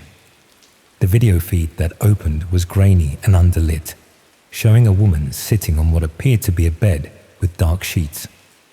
The room behind her was sparsely decorated, just some plain walls and what looked like a closed door. She waved at the camera and typed something in a chat box that appeared beside the video. "Hi there, thanks for joining. Can you hear me?"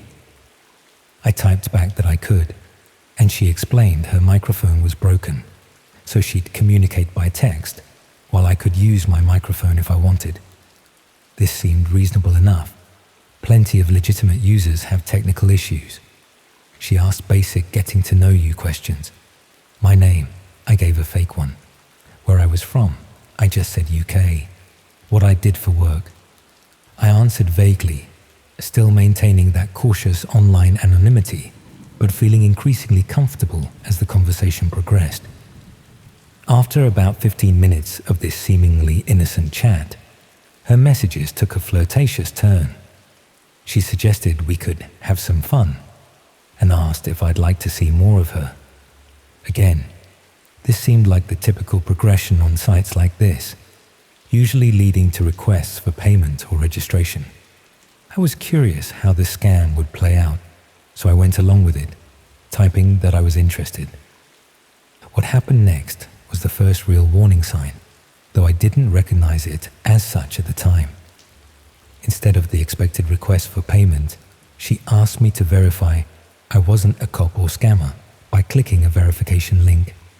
The link opened what appeared to be a standard verification page asking for my IP to be checked against a database of known law enforcement IPs. This should have immediately set off alarm bells. No legitimate site would need such verification, but my judgment was impaired by alcohol and the late hour. I clicked the link without thinking, and a loading bar appeared, supposedly scanning my connection. After a moment, a green checkmark appeared, with verification successful, and I was returned to the chat. Looking back, I realized this was almost certainly installing some kind of tracking software or malware on my system, though I didn't know it then. The woman seemed pleased with the verification and began to undress slowly. The video quality remained poor, which she apologized for via text, explaining she had bandwidth issues. As she removed her top, I noticed something odd, what looked like faint marks or bruises on her shoulders and arms.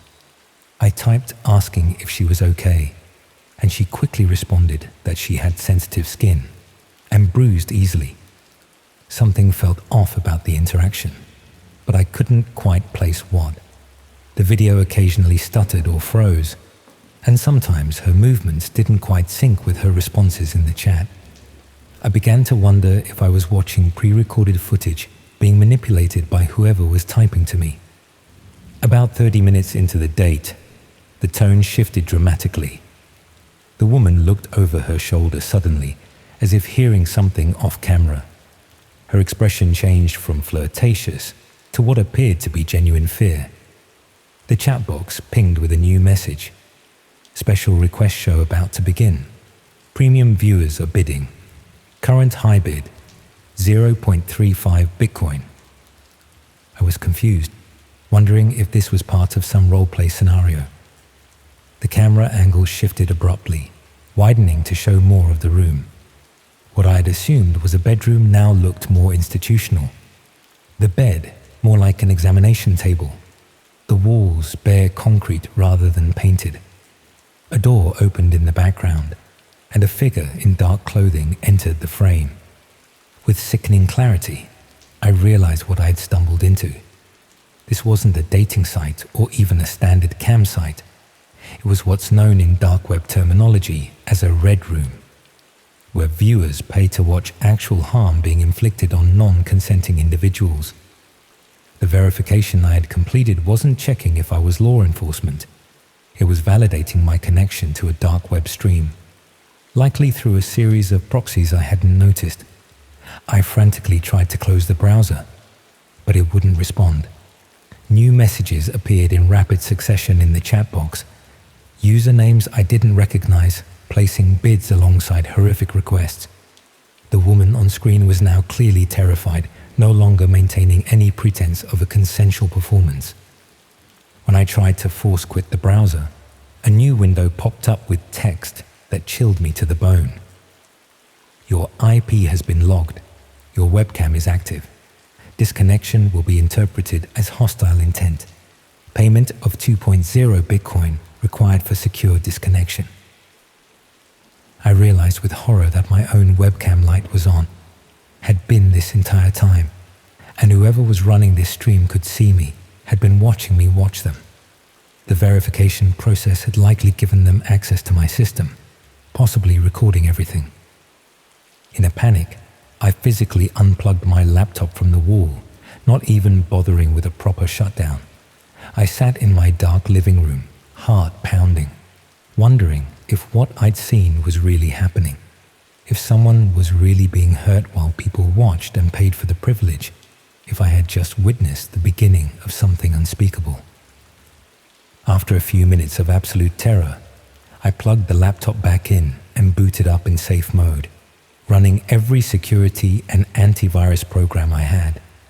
They detected multiple intrusions, keyloggers, remote access tools, webcam hijacking software.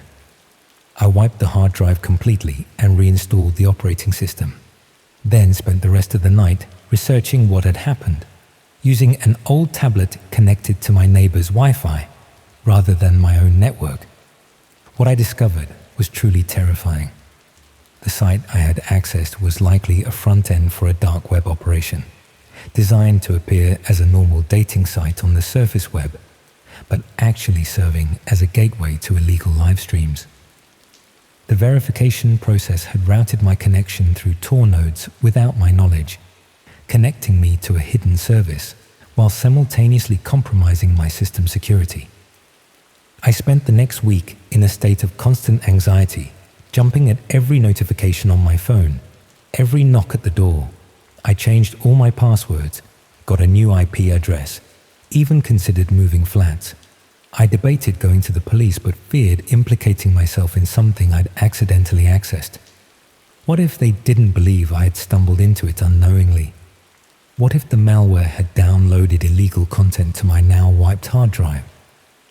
3 weeks after the incident, I received an email to an account connected to my real name, an account I hadn't used during the interaction on the site. The message contained only a still image from my webcam showing my face as I watched the stream, my expression changing from interest to horror as I realized what was happening. Below the image was a Bitcoin wallet address and the words, "For your privacy." I never paid, never responded. Instead, I created new email accounts, changed my phone number, deleted all social media, and started using advanced security measures like VPNs and Tails OS for all my browsing. I even grew a beard and changed my hairstyle, irrationally afraid that my image might be circulating in places I couldn't access or control. It's been 6 months now. Sometimes I convince myself it wasn't real, that it was an elaborate scam designed to extort money through fear rather than an actual crime being committed. But late at night, when I can't sleep, I remember the woman's expression changing from performed seduction to genuine terror, and I know what I saw was real. The most disturbing part isn't the extortion attempt or even the violation of my privacy. It's the knowledge that these hidden corners of the internet exist where people pay to watch actual suffering, and how terrifyingly easy it was for me, a relatively knowledgeable internet user, to stumble into one without even realizing where I was. The line between the everyday internet and its darkest depths is thinner than most people realize, and sometimes all it takes is a single careless click to cross it. I still use dating apps now, carefully vetted mainstream ones only. But every time I see a webcam icon or a verification request, my heart races, and I remember that night. And sometimes, when my webcam light illuminates unexpectedly during a system update or video call, I can't help but cover it immediately, wondering who might be watching from the other side.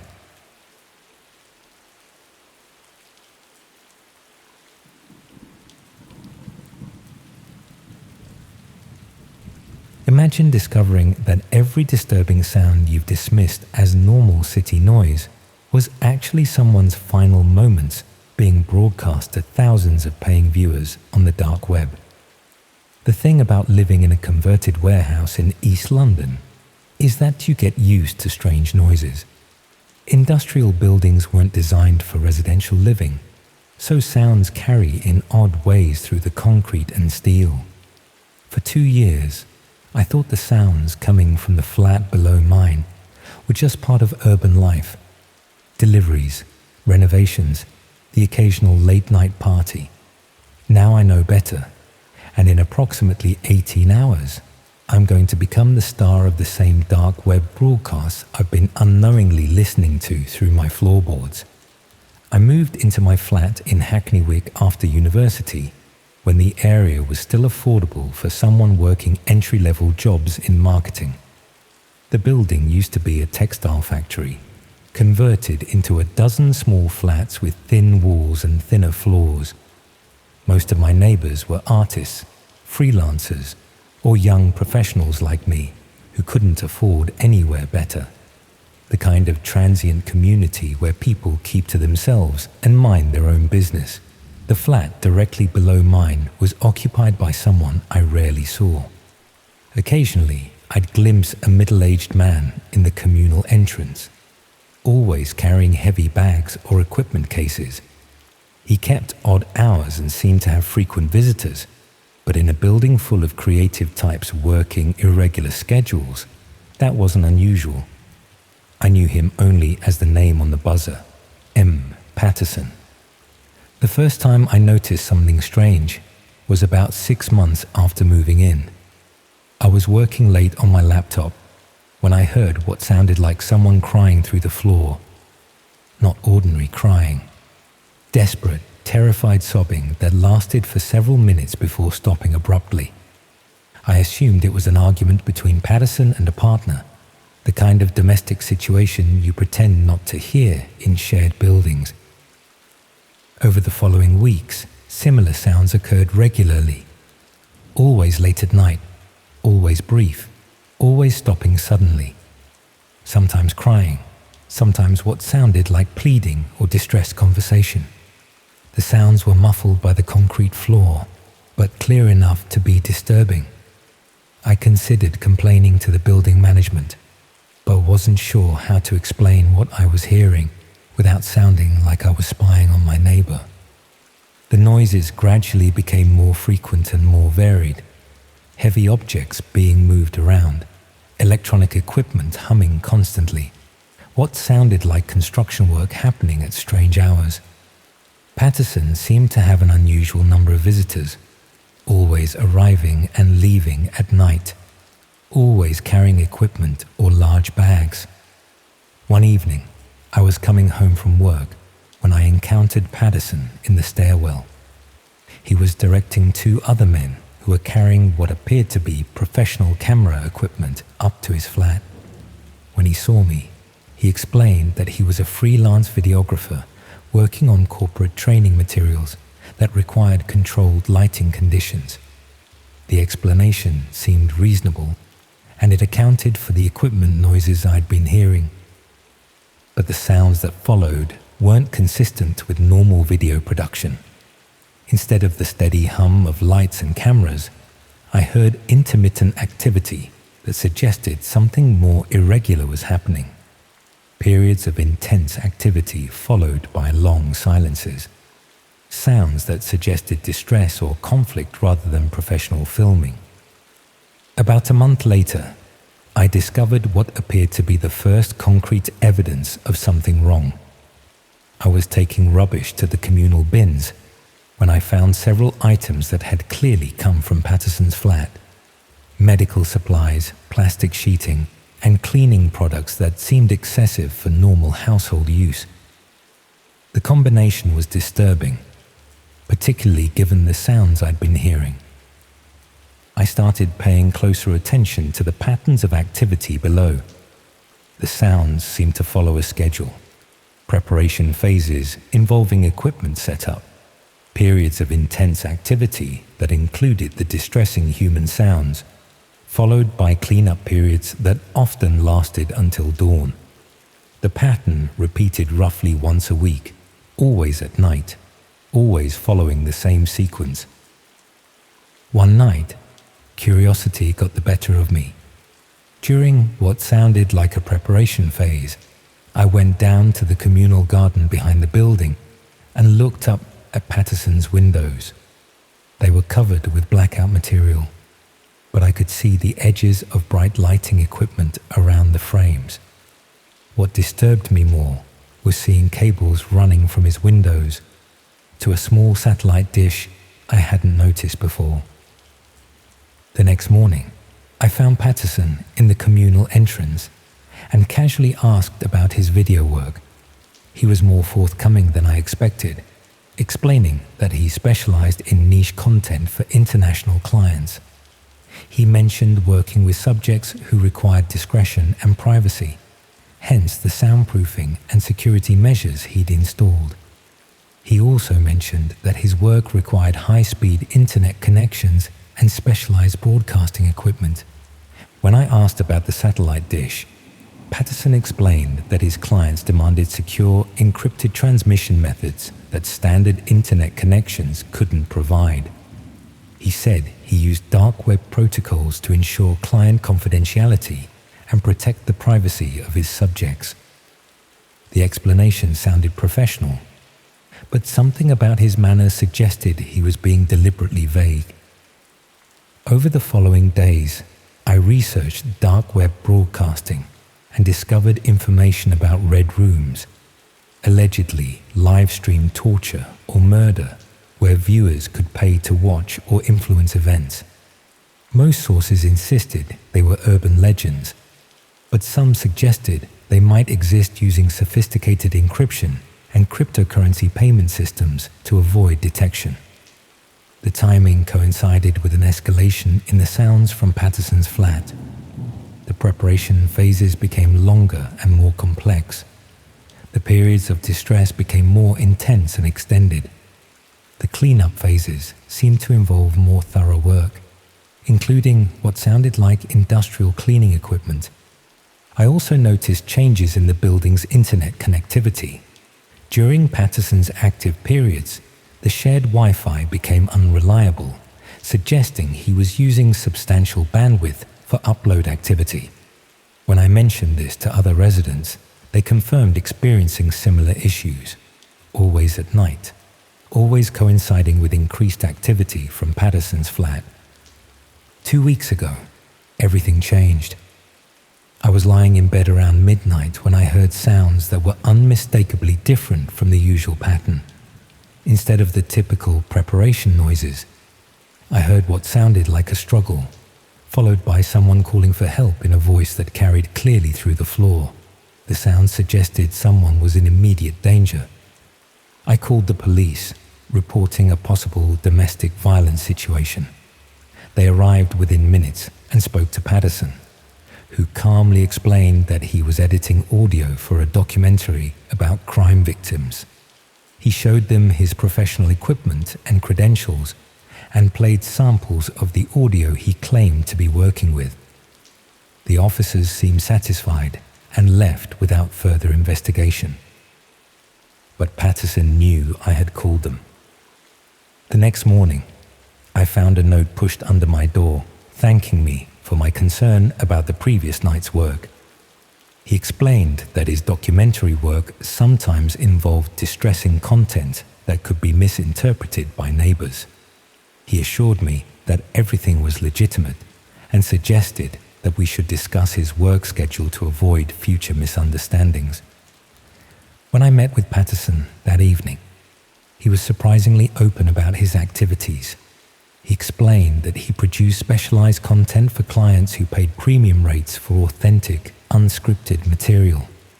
He said his work involved creating realistic scenarios that appeared genuine to viewers who were willing to pay substantial amounts for convincing performances. Patterson showed me some of his equipment: professional cameras, sophisticated lighting systems, and computer servers that he said were necessary for secure broadcasting to international clients. He explained that his subjects were paid performers who specialized in creating convincing distress reactions for discerning audiences who could distinguish between authentic and simulated content.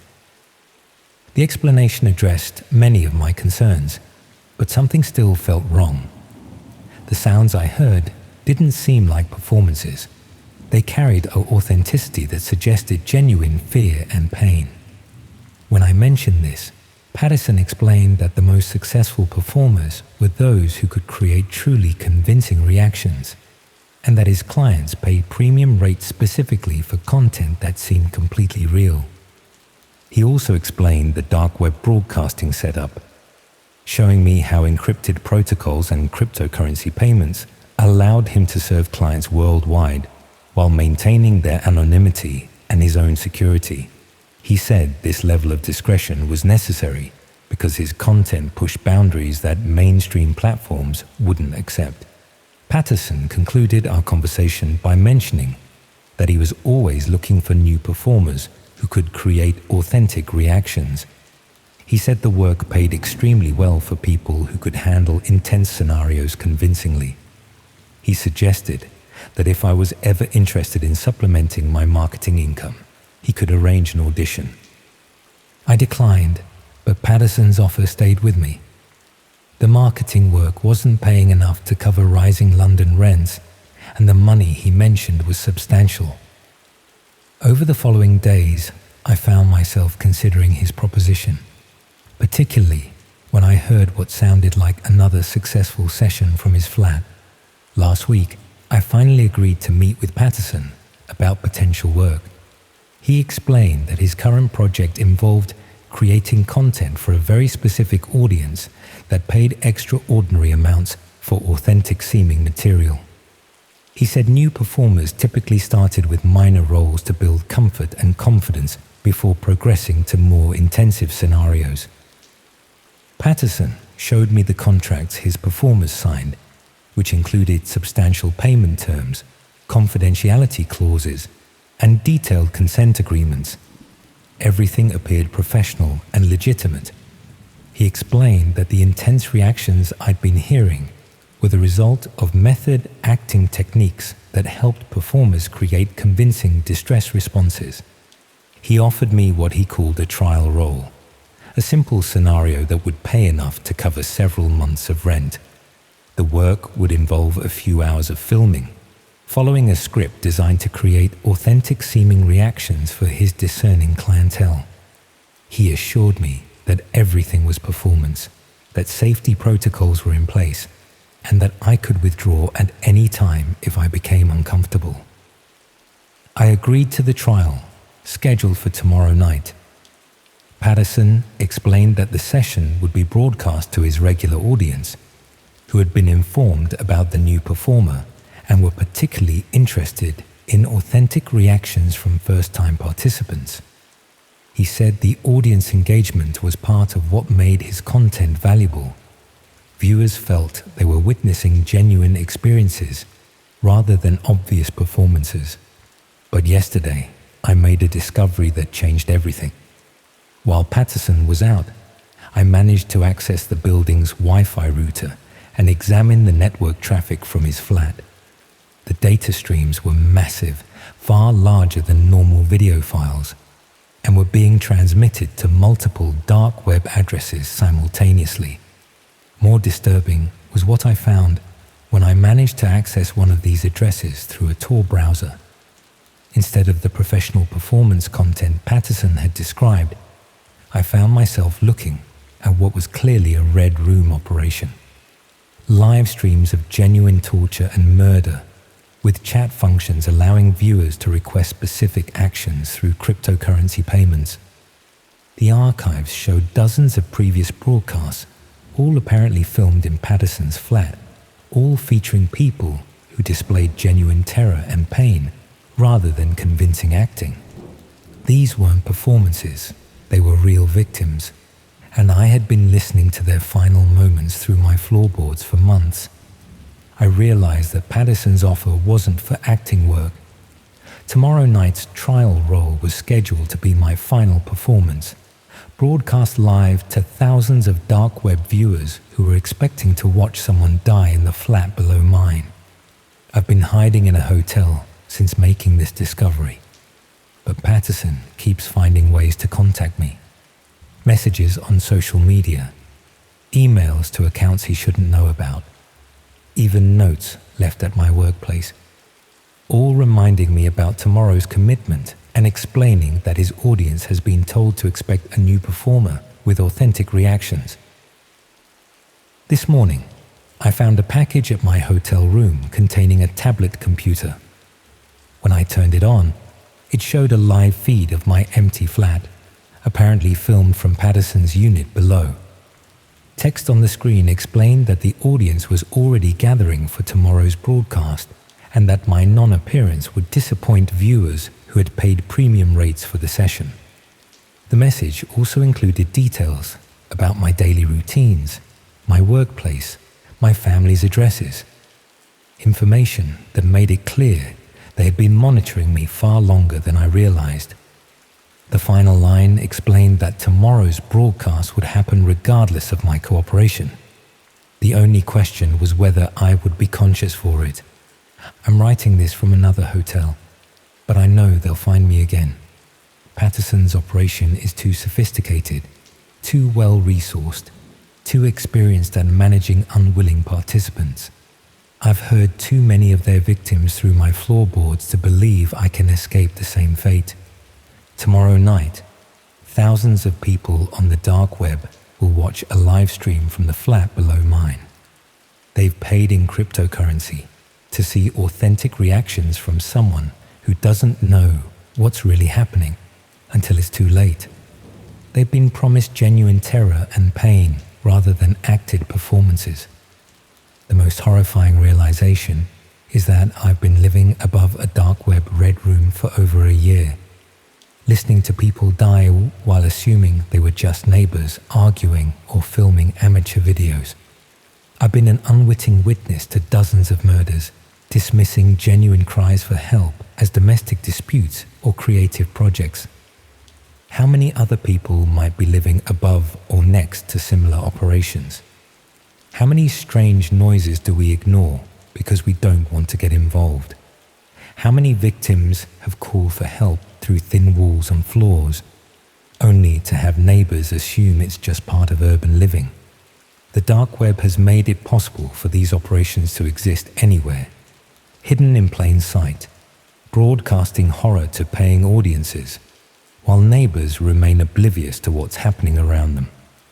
The technology makes it easy to hide, to pay anonymously, to consume murder as entertainment. I should have trusted my instincts about those sounds, should have called police sooner, should have investigated more thoroughly instead of minding my own business, should have realized that genuine distress sounds different from acting or arguments. But it's too late for should-haves now. Tomorrow night, I'll probably become another voice crying through floorboards that someone else will dismiss as just neighborhood noise. Whether I show up willingly or they come to collect me, tomorrow's broadcast will feature the neighbor who lived upstairs and listened to all the previous victims without understanding what he was hearing. And somewhere above us, another neighbor will probably assume my screams are just someone having a bad night.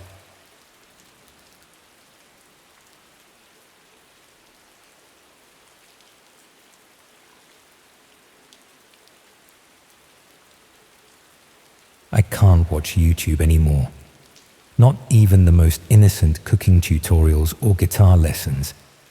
The moment a camera angle shifts unexpectedly, or someone laughs with a fraction too much enthusiasm, my mind immediately floods with images I've spent 2 years trying to forget.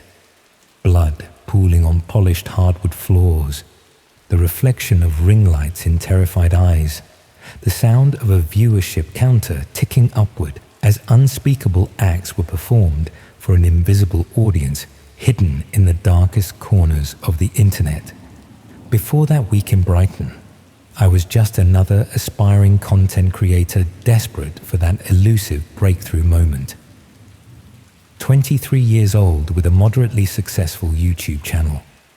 80,000 subscribers built over 3 grueling years of twice-weekly uploads, mostly commentary on gaming culture and tech reviews. Not exactly setting the algorithm on fire, but enough to occasionally receive sponsorship offers and free products. The grinding predictability of creating content while working part-time at a mobile phone shop had begun wearing me down. Each video feeling more formulaic than the last. Engagement metrics plateauing despite increasingly desperate attempts to capture attention in an oversaturated market.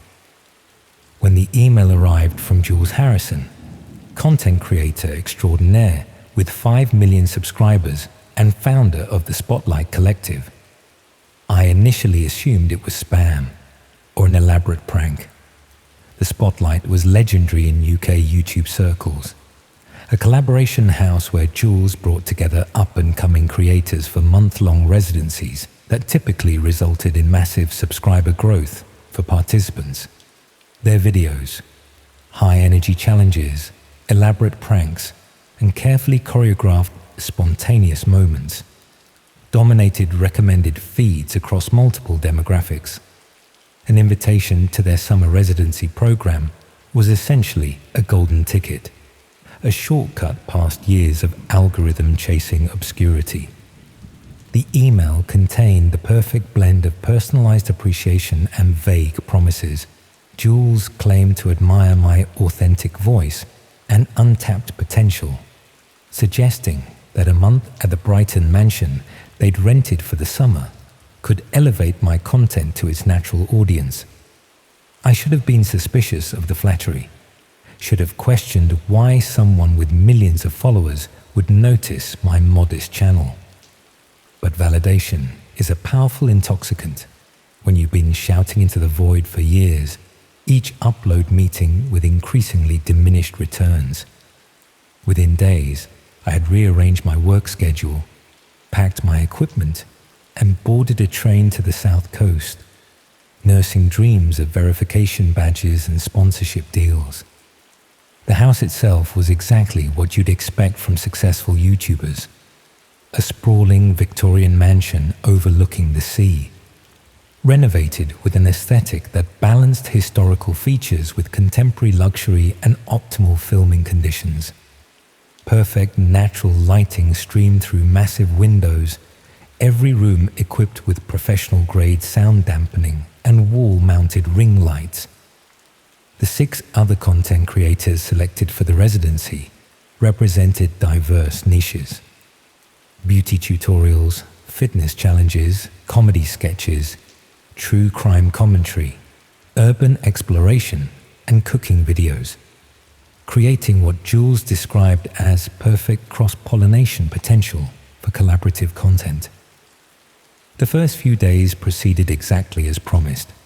We filmed introductory content establishing the residency concept, participated in getting to know you challenges designed to showcase our personalities, and planned collaborative videos that would introduce each creator's audience to the others. Jules and his core team, 3 long-term collaborators who handled technical aspects, editing, and social media management, maintained a relentlessly upbeat atmosphere while guiding us through their proven content formulas. The resulting videos performed exceptionally well, my subscriber count jumping by thousands within days as the Spotlight's massive audience discovered my channel through cleverly structured collaborations. The subtle shift began during the second week as Jules introduced what he called escalation content, videos designed to capitalize on our growing comfort with each other by pushing boundaries for entertainment value. What started as mildly embarrassing challenges gradually evolved into elaborate pranks with increasingly uncomfortable elements. Sleep deprivation, minor physical discomfort, emotional manipulation designed to capture genuine distress that could be packaged as entertainment. Nothing technically harmful, but walking a line that made several of us privately uncomfortable, though none dared voice concerns for fear of appearing ungrateful or unsuited to the competitive reality of professional content creation. I remember the exact moment when my unease crystallized into something more concrete. During a late-night editing session, I noticed discrepancies in the footage from a particularly intense prank involving simulated intruders. The reactions Jules had captured seemed disproportionate to the scenario as I remembered it. Expressions of fear that exceeded what would be reasonable for something understood to be staged. Reviewing the raw footage more carefully, I noticed subtle cuts where reactions from different contexts had been spliced together, creating a narrative of escalating terror that hadn't actually occurred in the sequence shown. When I casually mentioned these observations to Mai, the beauty content creator who had become my closest ally in the house, she shared similar concerns about her own footage being manipulated to exaggerate emotional responses. More disturbing was her revelation that certain exclusive content was being filmed when some of us were sent on off-site activities, featuring the remaining residents in scenarios she described as significantly more intense than what appeared on the public channels. That night, unable to sleep and increasingly troubled by the pattern emerging, I made the fateful decision to investigate the technical setup in the basement media room, where all footage was processed and uploaded. The house was quiet, most residents exhausted from a particularly demanding day of filming. The media room door was locked, but the adjacent storage area connected through a partially concealed access point behind sound dampening panels, something I'd noticed earlier in the week while helping transport equipment. The computers were running, multiple monitors displaying editing interfaces with ongoing projects. What immediately caught my attention wasn't the familiar YouTube Studio interface, but several adjacent screens showing a completely different platform.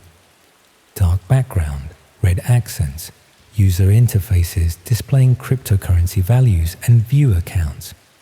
One monitor showed what appeared to be a private chat, where users with anonymized handles discussed upcoming episodes and intensity progression, alongside cryptocurrency bids for what they called direction privileges. With growing horror, I realized I was looking at the back end of a dark web broadcasting operation, one that ran parallel to the legitimate YouTube content. As I navigated through the file structure, the truth revealed itself with nauseating clarity. The Spotlight Collective's public channel was merely the sanitized, algorithm-friendly version of their actual product, a subscription-based dark web stream where the pranks, challenges, and interpersonal conflicts were staged at progressively more extreme levels for paying audiences who could influence events through bidding systems. The folder labeled Previous Residents contained material that confirmed my worst fears. These weren't just recordings of pranks, but documented psychological breaking points, moments where genuine distress had been deliberately engineered and captured. Most disturbing were subfolders with participants' names followed by finale designations containing footage never intended for public platforms. Scenarios where simulation gave way to actual harm, where the line between content and cruelty had been deliberately, methodically erased. I was so absorbed in this discovery that I failed to notice the door opening behind me. Jules's voice, stripped of its YouTube enthusiasm and speaking with clinical detachment, observed that I'd accelerated the schedule by discovering their operation prematurely. His tone suggested this was not an unexpected development, but rather a contingency they had prepared for, perhaps even a scenario that had played out with previous residents whose disturbing finale folders I'd just discovered.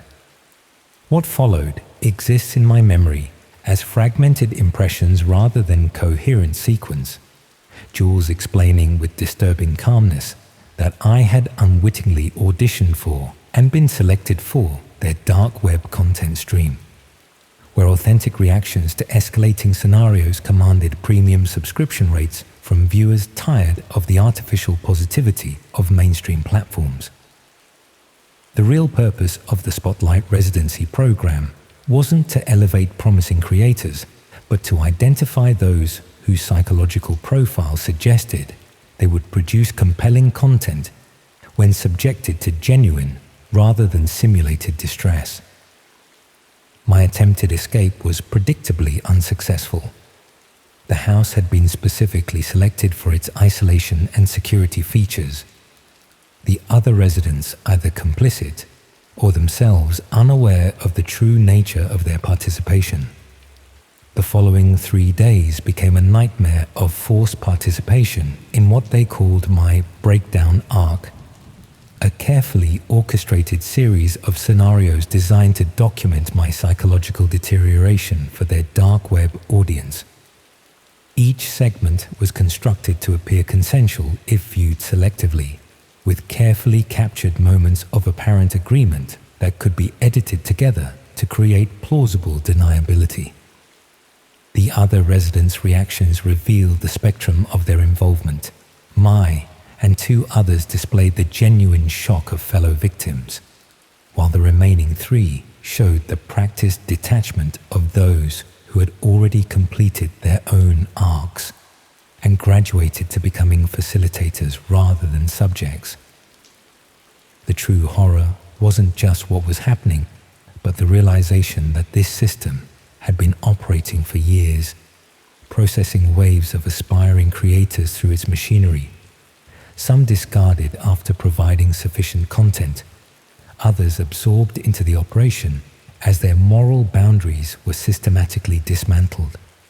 My salvation came not through my own efforts, but through Mai's desperate initiative.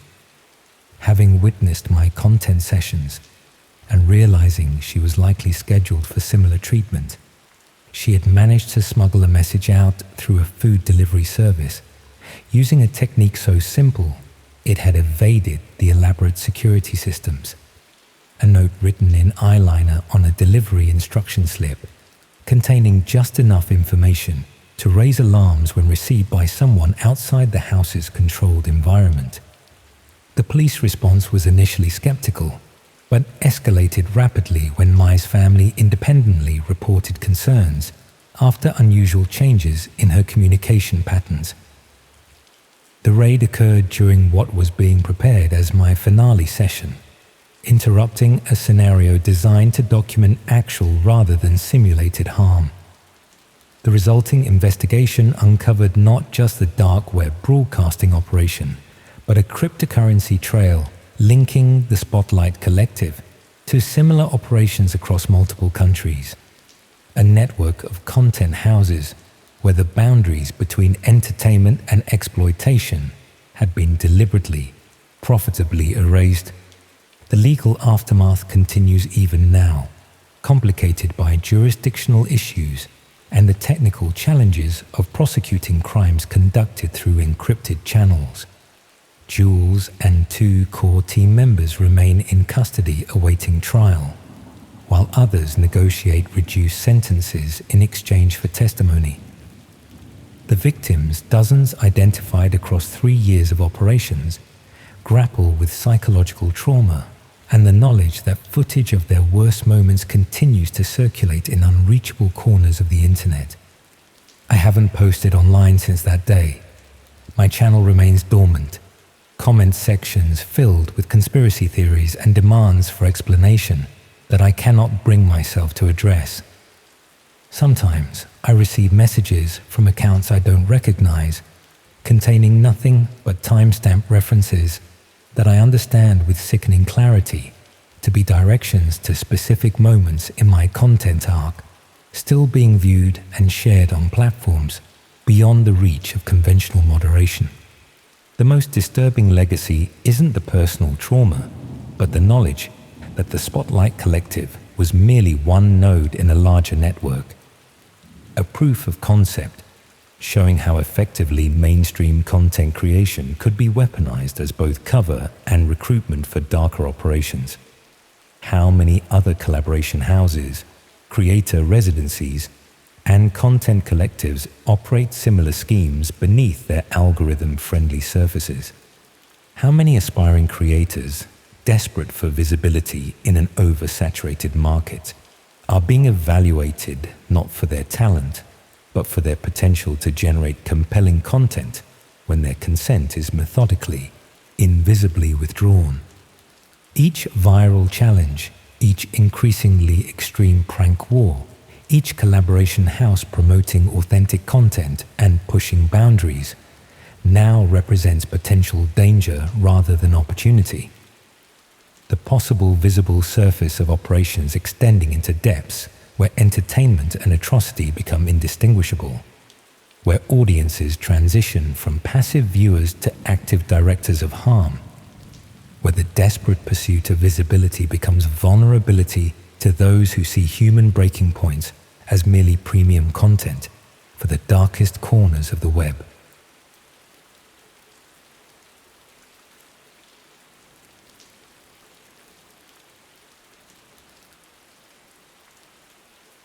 The scariest moments often begin with the most ordinary actions.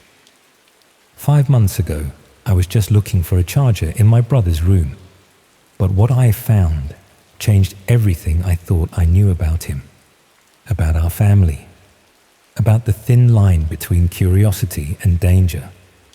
I was home from university for the summer break, staying in my childhood bedroom that had been partially converted into a storage space since I'd moved out. My younger brother Jake was 16 at the time, in that phase where privacy becomes sacred territory. He'd always been quiet, more comfortable with technology than people, spending hours in his room playing games or coding, or whatever it was that kept him glued to his screens. We'd never been especially close. The 4-year age gap meant we'd always existed in different social worlds, but we got along well enough. That afternoon, I'd been watching Netflix on my laptop when the battery died, and my charger was nowhere to be found. My parents were both at work, and Jake was at football practice, so I figured I'd borrow his. I knew he kept a spare one in his desk drawer because I'd seen him grab it once when we were leaving for a family trip. I didn't think he'd mind. It wasn't like I was snooping through his things, just grabbing a charger. His room was surprisingly tidy for a teenage boy. Bed made, clothes put away, desk organized with his laptop closed and his tablet propped up on a stand. The tablet was still on, screen dim but not locked.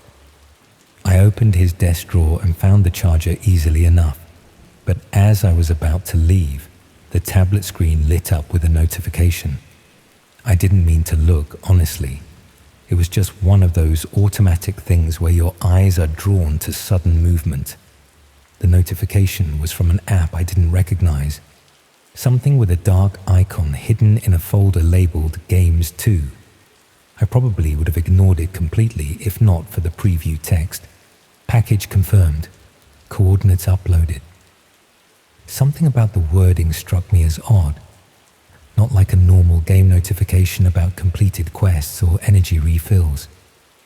I hesitated for a moment, feeling that boundary between respecting his privacy and a growing sense of concern.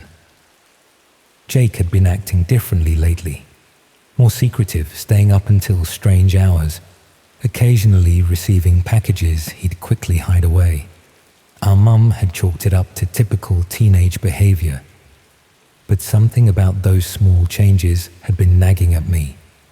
I tapped the folder, labeled Games 2. Inside were several apps that looked like standard games, the kinds with colorful icons and generic names. But among them was one that stood out. A dark blue icon with a simple T logo. I recognized it immediately as Tor, the browser commonly used to access the dark web. My stomach tightened. I'd read enough articles and seen enough documentaries to know what the dark web was, that hidden part of the internet where illegal marketplaces thrived. What was my 16-year-old brother doing with a Tor browser? Maybe he was just curious, I told myself.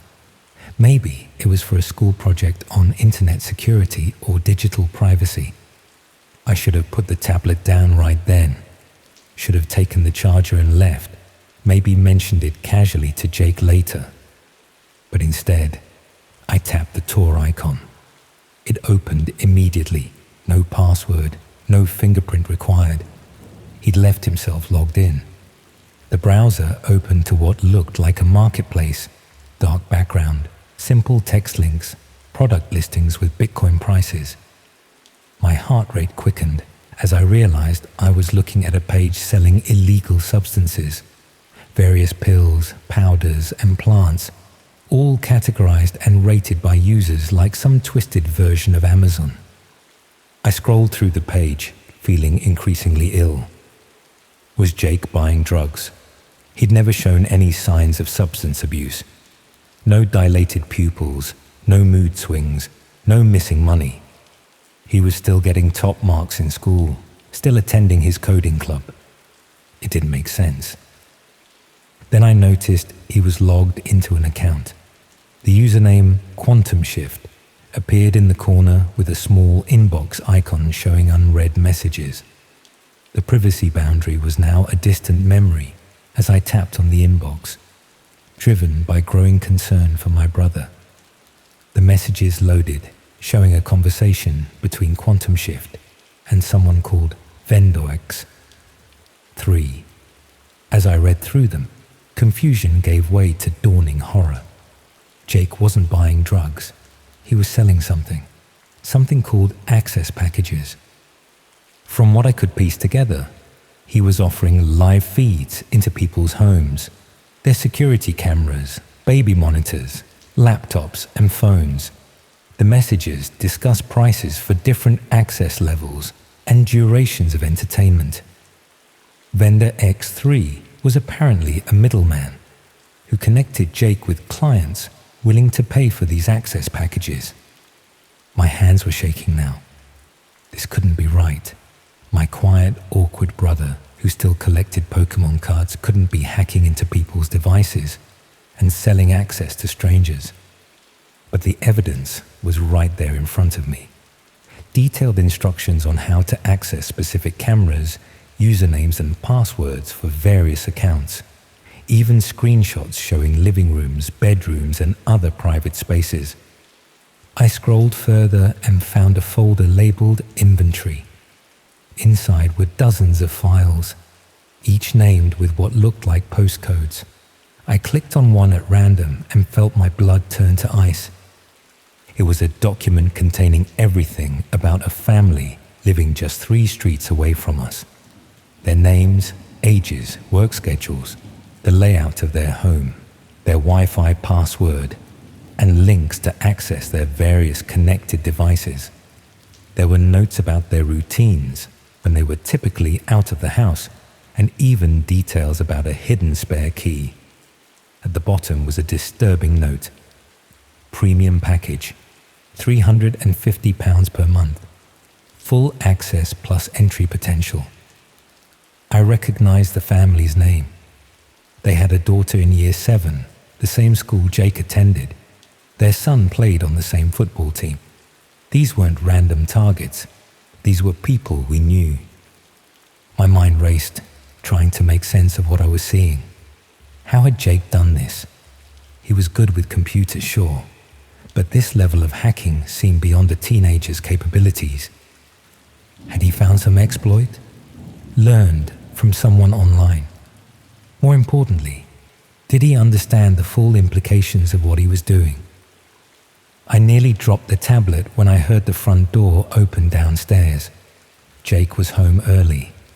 I quickly closed the browser, put the tablet back exactly as I'd found it, and grabbed the charger.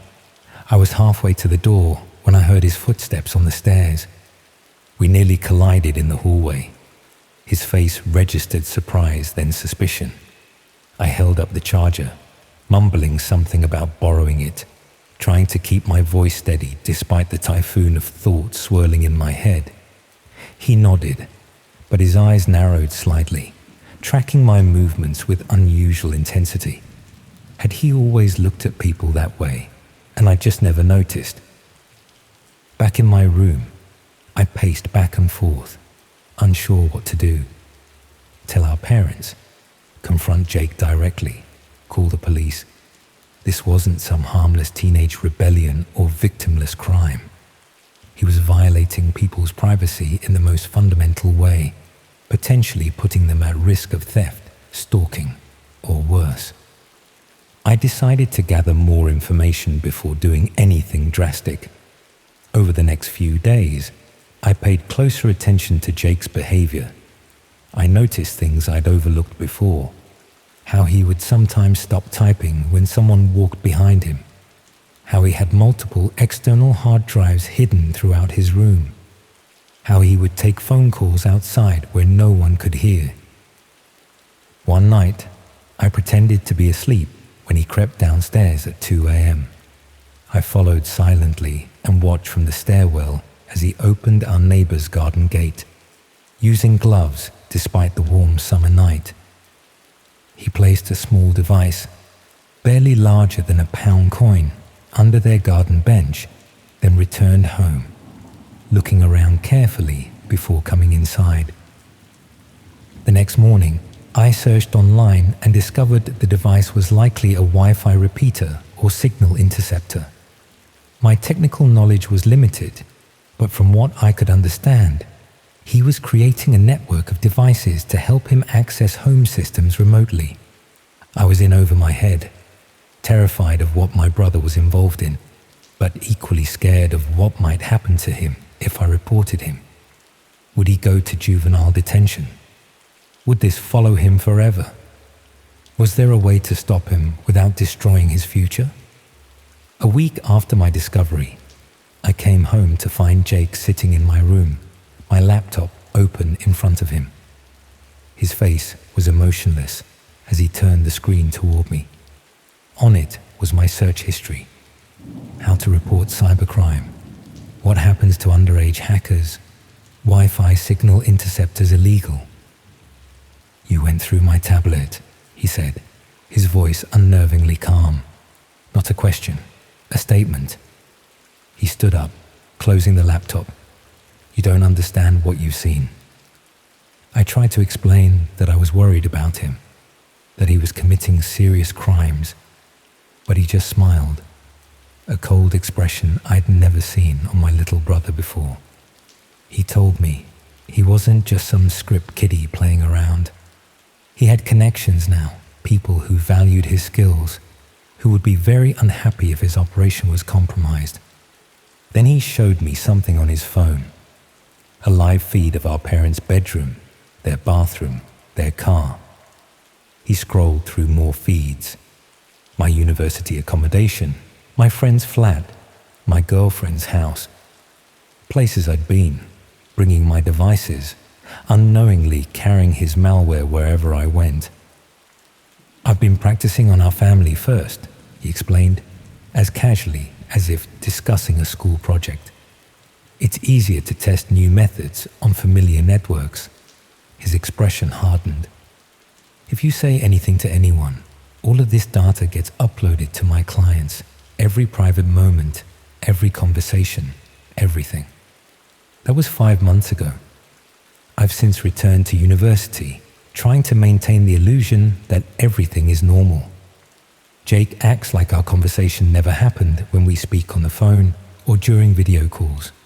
But sometimes, when my laptop camera light flickers for no reason, or my phone restarts unexpectedly, I'm reminded that my brother is always watching. I've disconnected most of my devices, bought covers for every camera, and use public computers for anything important.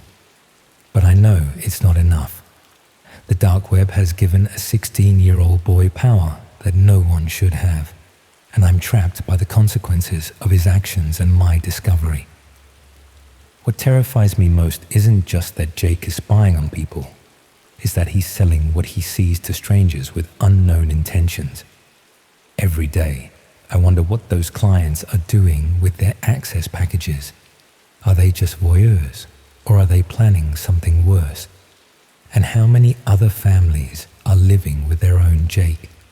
Someone they trust who has secretly turned their private lives into commodities on the dark web marketplace. I don't know how this ends. I don't know how to save my brother from what he's becoming, or how to protect the people he's targeting. I only know that the line between the dark web and our everyday lives is much thinner than we want to believe. And sometimes, the most dangerous predator isn't some anonymous hacker on the other side of the world. Sometimes, it's the quiet teenager down the hall, the one who knows your routines, your passwords, and exactly when you'll be most vulnerable.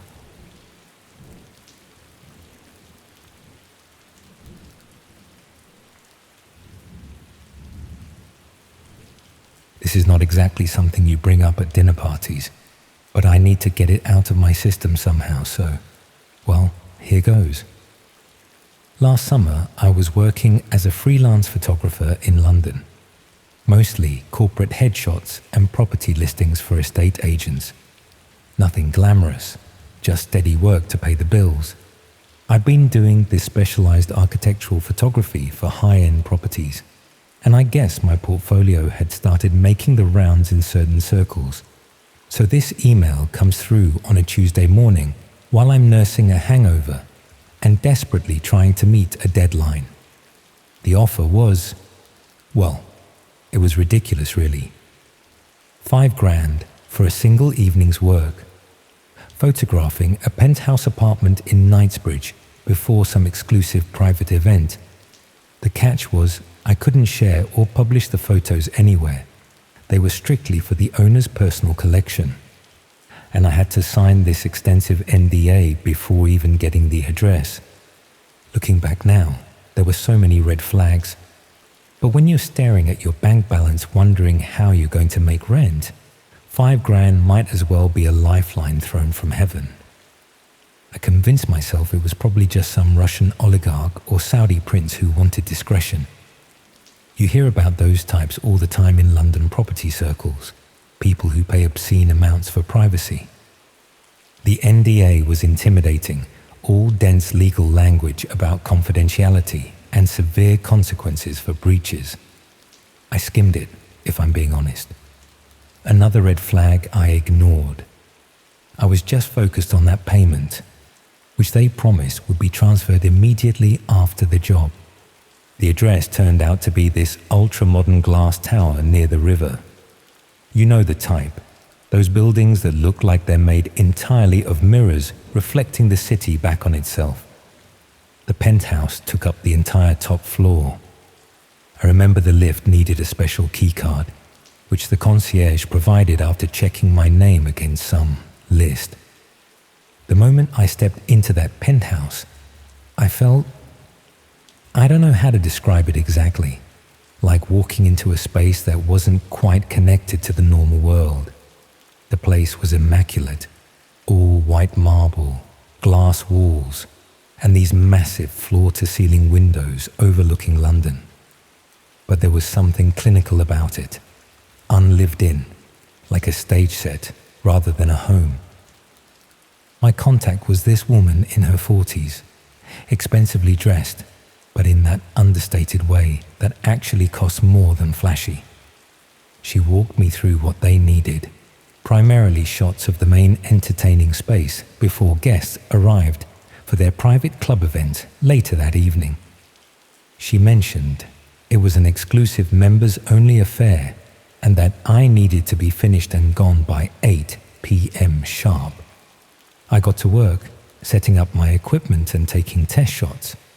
The main room was enormous, with this circular arrangement of white leather sofas in the center facing inward. Weird layout for a living space, but I figured it was arranged that way for the event. There were these strange metal fixtures on the walls and ceiling that I assumed were for lighting or art installations. While I was working, staff kept coming in and out, setting up for the evening. They all wore these identical black outfits with no logos or identifying features. None of them spoke to me or even acknowledged my presence, just moved around me like I was furniture. About an hour in, I needed to use the toilet. The woman pointed me down a hallway, and I took a wrong turn, opening a door to what I thought was the bathroom. Instead, I found myself in some kind of control room. There were monitors showing different angles of the main room I'd been photographing, plus other rooms in the penthouse I hadn't seen yet. Before I could process what I was looking at, someone firmly grabbed my shoulder and steered me back into the hallway, pointing to the correct door without saying a word. I remember standing in that pristine bathroom, staring at my reflection, telling myself there was a perfectly reasonable explanation.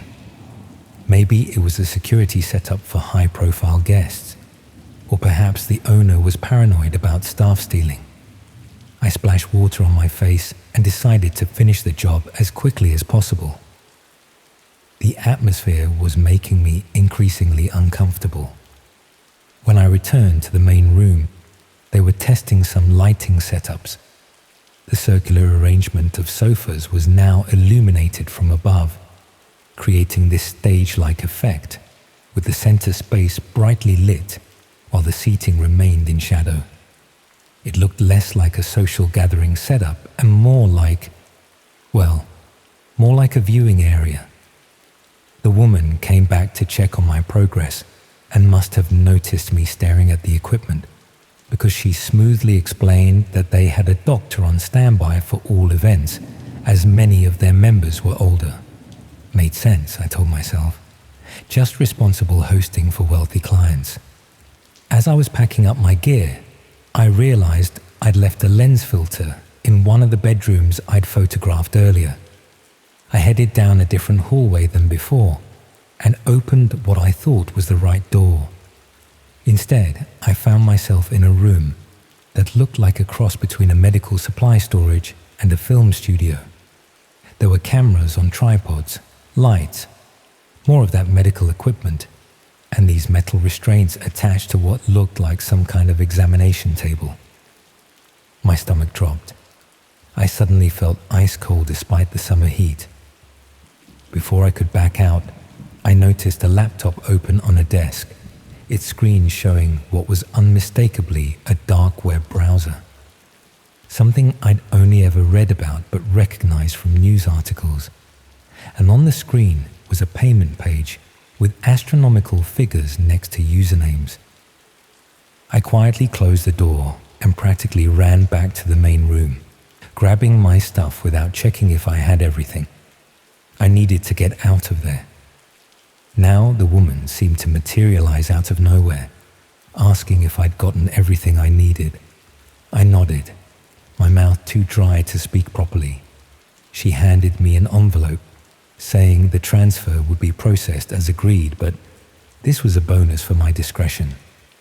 As I waited for the lift, clutching my camera bag, I noticed more people arriving. Wealthy-looking individuals in expensive suits and evening wear being checked against a list before being allowed up. Not one of them looked at me or each other. There was no warmth, no social greeting you'd expect from club members. Just this focused anticipation that made my skin crawl. The lift finally arrived, and as the doors were closing, I locked eyes with a young woman being escorted by two men in those same black outfits. She looked vacant, like she wasn't fully present. The men gripped her elbows in a way that didn't look supportive but controlling. Just before the doors shut completely, I swear I saw a flicker of panic cross her face, a silent plea that haunts me still. I got home somehow, though I barely remember the journey. My hands were shaking so badly, I could hardly get my key in the door. When I finally managed to open the envelope, there was £5,000 in cash and a note thanking me for my service to the circle, with a website address, an onion link for the dark web. Curiosity battled with dread that night as I paced my flat, the envelope sitting on my table like a live grenade. Eventually, I did something I'm not proud of. I downloaded a Tor browser and entered the link. What I found was a countdown timer and a membership fee that was more money than I'd make in 3 years. The page described an exclusive viewing experience for those with refined tastes and displayed blurred preview images that made me physically sick when I realized what they were suggesting. I shut my laptop and vomited in my kitchen sink. Those people weren't arriving for a sex club. It was a viewing party, a live audience for something unspeakable happening to real people. And I had helped them, photographed their space, made it look perfect for their marketing materials or membership site or whatever hellish purpose those images would serve. I spent the night alternating between panic and rationalization. Maybe I was jumping to conclusions. Maybe it was just some extreme but consensual thing for the super rich. But I kept seeing that young woman's face in the lift, the vacant look, the flash of fear. By morning, I'd convinced myself I needed to report what I'd seen. But report what exactly? I had no concrete evidence of anything illegal, just suspicions and glimpses of things that disturbed me. And that NDA I'd signed, the penalties suddenly seemed much more ominous than simple financial damages. I tried calling the building management company to ask about the penthouse, only to be told no such unit existed at that address. When I insisted, describing the woman who'd hired me, they said they had no record of such a person and suggested I might have the wrong building. 3 days later, my entire portfolio website disappeared. Every cloud backup I had was wiped. My professional social media accounts vanished. It was as if my career had been erased overnight. When I called my web host in a panic, they told me the takedown had been executed with a legal order they couldn't discuss. A week after that, I was evicted from my flat. The landlord claimed to have received complaints about illegal activity, though he wouldn't specify what kind. My bank account was frozen pending an investigation into unspecified financial irregularities. The message was clear. I'd seen something I shouldn't have, and these people had the power to dismantle my life without leaving fingerprints. I left London that night, staying with a cousin in Manchester, while trying to figure out what to do. I've moved twice more since then, changed my name, abandoned photography completely. I work in a warehouse now, cash in hand. I don't have social media, a credit card, or a permanent address. I look over my shoulder constantly, flinching whenever I see anyone in a black outfit or a luxury car slowing down near me. Sometimes I wonder if I overreacted, if I imagined the connections between what I saw. But then I remember the equipment, the setup of that room, the woman in the lift, and I know I didn't. I've read enough since then to understand what a red room is, a place where people pay to watch torture, and worse, in real time, on the dark web. Most of them are considered urban legends, but I saw one being prepared. I know they exist. The worst part? I still have those photographs on a memory card I can't bring myself to destroy. It's the only evidence I have that I didn't imagine the whole thing. But it's also the thing that could get me killed if they ever found out I kept it. So I keep moving, keep looking over my shoulder, keep wondering how many other penthouses there are in how many other glass towers, where the wealthy gather behind closed doors to watch unspeakable things happen to people who disappear without anyone looking in the right places. Because who would know where to look? And who would believe it even if they saw it? What haunts me most isn't what I might have seen if I'd stayed. It's knowing that while I'm talking to you right now, somewhere in some gleaming penthouse with a view, those sofas are arranged in a circle, those lights are focused on someone's pain, and people are paying to watch, and there's nothing I can do to stop it. I used to obsessively check my reflection in shop windows, constantly rehearsing expressions in my mind, imagining my face on billboards and magazine covers. That desperate hunger for validation, for someone to finally see the potential I believe burned inside me. It's embarrassing to admit how all-consuming it was. But that's what makes places like elite casting so dangerous. They know exactly what you're willing to risk when you've convinced yourself that fame is just one lucky breakaway. I found the casting call on an industry forum I'd been following for months, one of those semi-professional websites where legitimate opportunities occasionally surface among the scams.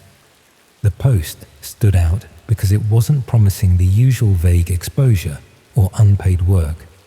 Instead, it offered a substantial daily rate for a luxury fashion campaign, specifically seeking distinctive faces, not conventional beauty. My heart raced as I read those words. I'd been told countless times by well-meaning friends that my look was too unique for commercial modeling, a polite way of saying I wasn't conventionally attractive enough. But here was someone explicitly wanting what I had, The application process seemed thorough, which only reinforced my belief in its legitimacy.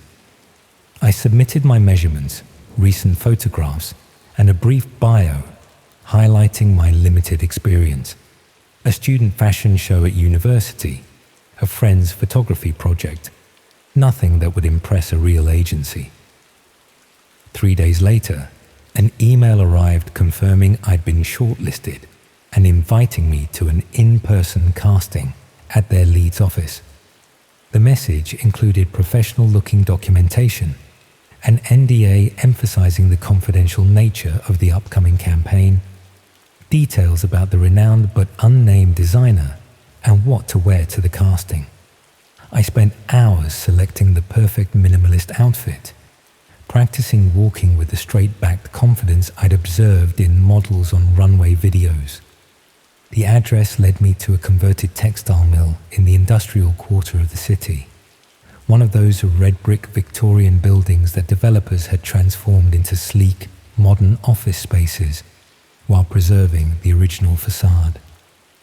Elite casting occupied the entire top floor, accessible via a service lift that required a code texted to me that morning. Everything about the space radiated exclusivity and professionalism.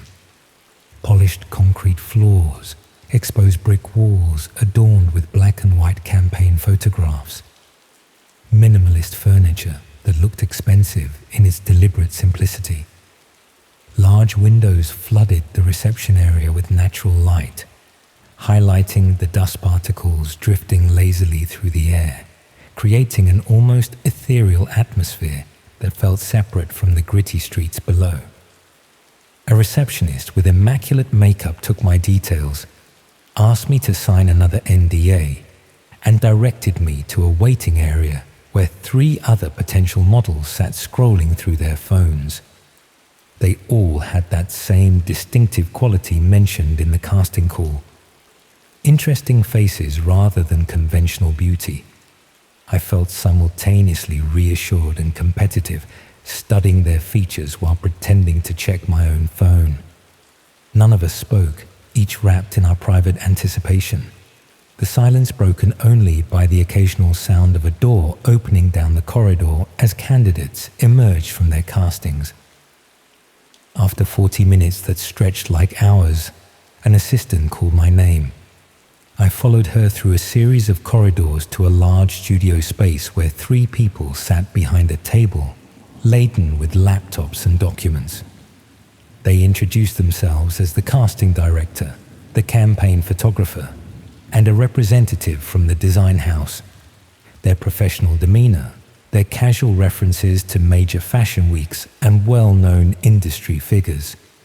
Every detail reinforced the legitimacy of the operation. I stood on a marked spot under perfectly positioned lights while they asked standard questions about my experience and availability, making notes on tablets as I responded. The casting director explained that this campaign was taking an innovative approach, focusing on unfiltered, authentic content that would be released across multiple platforms. The concept sounded vague, yet impressive, full of buzzwords about breaking boundaries and challenging conventional beauty standards. He then asked if I would be comfortable doing a brief screen test to assess how I moved on camera. This, he explained, was more important than traditional modeling experience, as the campaign would involve video content for social media, as well as still photography. The photographer led me to an adjoining room, smaller, more intimate, with a simple white backdrop and professional lighting equipment. A high-definition camera was mounted on a tripod, pointing at a plain wooden chair in the center of the space. The setup seemed standard enough, though I remember noticing there were no windows in this room, unlike the rest of the office. The photographer explained that she needed to adjust some equipment and would be back momentarily, leaving me alone to get comfortable in the space. As I waited, I noticed a small red light blinking on the camera. It was already recording. Strange, but perhaps this was part of the process. capturing natural moments rather than posed ones. I also became aware of how quiet the room was, a complete absence of the ambient noise that had filled the rest of the office. The walls appeared thicker here, possibly soundproofed for recording purposes. These details registered as professional considerations rather than warning signs, evidence of a high-end operation rather than something sinister. The photographer returned with what she described as a simple outfit for the screen test. A plain black tank top and shorts that seemed more suitable for a fitness shoot than high fashion. When I hesitantly mentioned this discrepancy, she explained that they needed to see how different body types moved naturally before designing the final campaign looks. It sounded reasonable enough at the time, though now the memory makes me nauseous. I changed behind a small partition, increasingly aware of the camera's unblinking eye, wondering if it had been turned off during this process, but too intimidated by the professional environment to ask. The screen test began innocuously. Simple poses, turning to show different angles, basic movement sequences. But gradually, the photographer's instructions shifted. She asked me to show more skin, to adjust the clothing to reveal more of my shoulders, my collarbone. The directions became increasingly specific about how I should move, how I should touch my own skin, how I should express certain emotions. Each request was presented as a standard industry practice, each boundary pushed with the assurance that this was normal, that major models did this every day, that my hesitation only revealed my inexperience. I remember the exact moment when discomfort crystallized into fear. The photographer had stepped out again, supposedly to consult with the casting director about the next sequence. I rose from the chair, intending to stretch my legs, and noticed a small panel on the wall behind the camera had slid open slightly, revealing what appeared to be another room beyond, darker, filled with additional screens showing different angles of the space I occupied. For a brief second, I glimpsed multiple figures watching intently. Then the panel silently closed. My instinct screamed to leave immediately, but doubt crept in. Perhaps this was normal, a separate control room for technical staff. I'd never been to a professional casting before. Maybe this was standard procedure I was misinterpreting due to nervousness. The thought of walking out, of potentially burning bridges in an industry I desperately wanted to enter, made me hesitate just long enough for the photographer to return, this time with a male assistant carrying additional equipment. The atmosphere shifted subtly. The photographer's instructions became colder, more demanding. The assistant positioned what appeared to be restraints on the chair, explaining them as posing aids that would help maintain specific positions for longer sequences. When I expressed concern, they exchanged a look I couldn't interpret. The photographer reminded me of the confidentiality agreement I'd signed, emphasizing the competitive nature of the industry and how many aspiring models would gladly take my place if I wasn't serious about the opportunity. I agreed to continue, allowing them to secure my wrist to the chair's armrests with what they called comfort straps, thinking I could ask to be released if things went further than I was comfortable with. It was only when they fastened the final restraint across my ankles that I realized the terrible miscalculation I'd made. These weren't posing aids. They were proper restraints, tightening rather than loosening when I pulled against them. The photographer's demeanor transformed entirely. She stepped back, assessed me with clinical detachment, then spoke into a small microphone attached to her lapel, confirming that the subject was secured and they were ready to begin the real casting. The assistant wheeled in additional equipment, another camera on a movable arm that could capture close-up angles, a laptop connected to what appeared to be a broadcasting setup. With growing horror, I watched as they adjusted settings on the computer, revealing a web page with a dark background and red text in a language I didn't recognize. Below this was an English interface showing a livestream count, a bidding section, and a chat window where messages were already appearing. This wasn't a modeling casting. It was a dark web broadcast, with me as the unwitting content. The photographer explained in detached terms what would happen next. This was indeed a casting, but not for a fashion campaign. They were talent scouts for an exclusive online network that provided specialized content to paying subscribers around the world.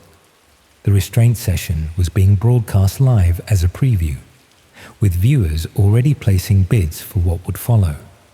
Those with the highest bids would dictate what happened to me over the next several hours. My consent was irrelevant. My signature on their falsified documents would be manipulated to suggest I had agreed to everything.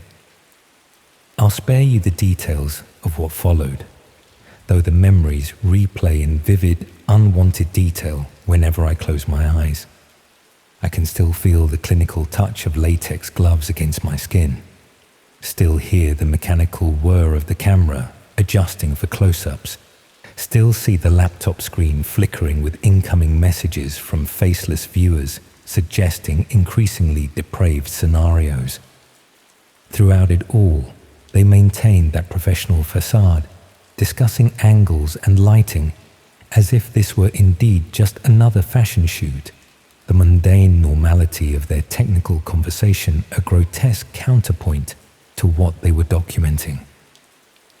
It ended abruptly when an alarm sounded elsewhere in the building, a fire drill, a security breach. I never learned what. The assistant hurriedly released my restraints while the photographer packed essential equipment. They seemed practiced at rapid evacuation, suggesting this wasn't their first emergency exit. I was warned that any attempt to report what had happened would result in the footage being released publicly, with my personal details attached.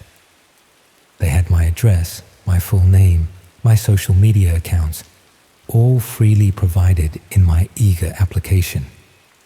In the chaos, I managed to grab my original clothes and fled down a back stairwell, emerging into an alley behind the building where other office workers were gathering at a fire assembly point, entirely unaware of what had occurred floors above them. I walked away as calmly as I could manage on trembling legs, fighting the urge to run until I had turned several corners. The police report I filed the next day went nowhere. The address I led them to housed a legitimate business consultancy firm that had occupied the space for years. Elite casting had never existed there. The website where I'd found the original posting had no record of it. The emails I'd received were sent from accounts that no longer existed.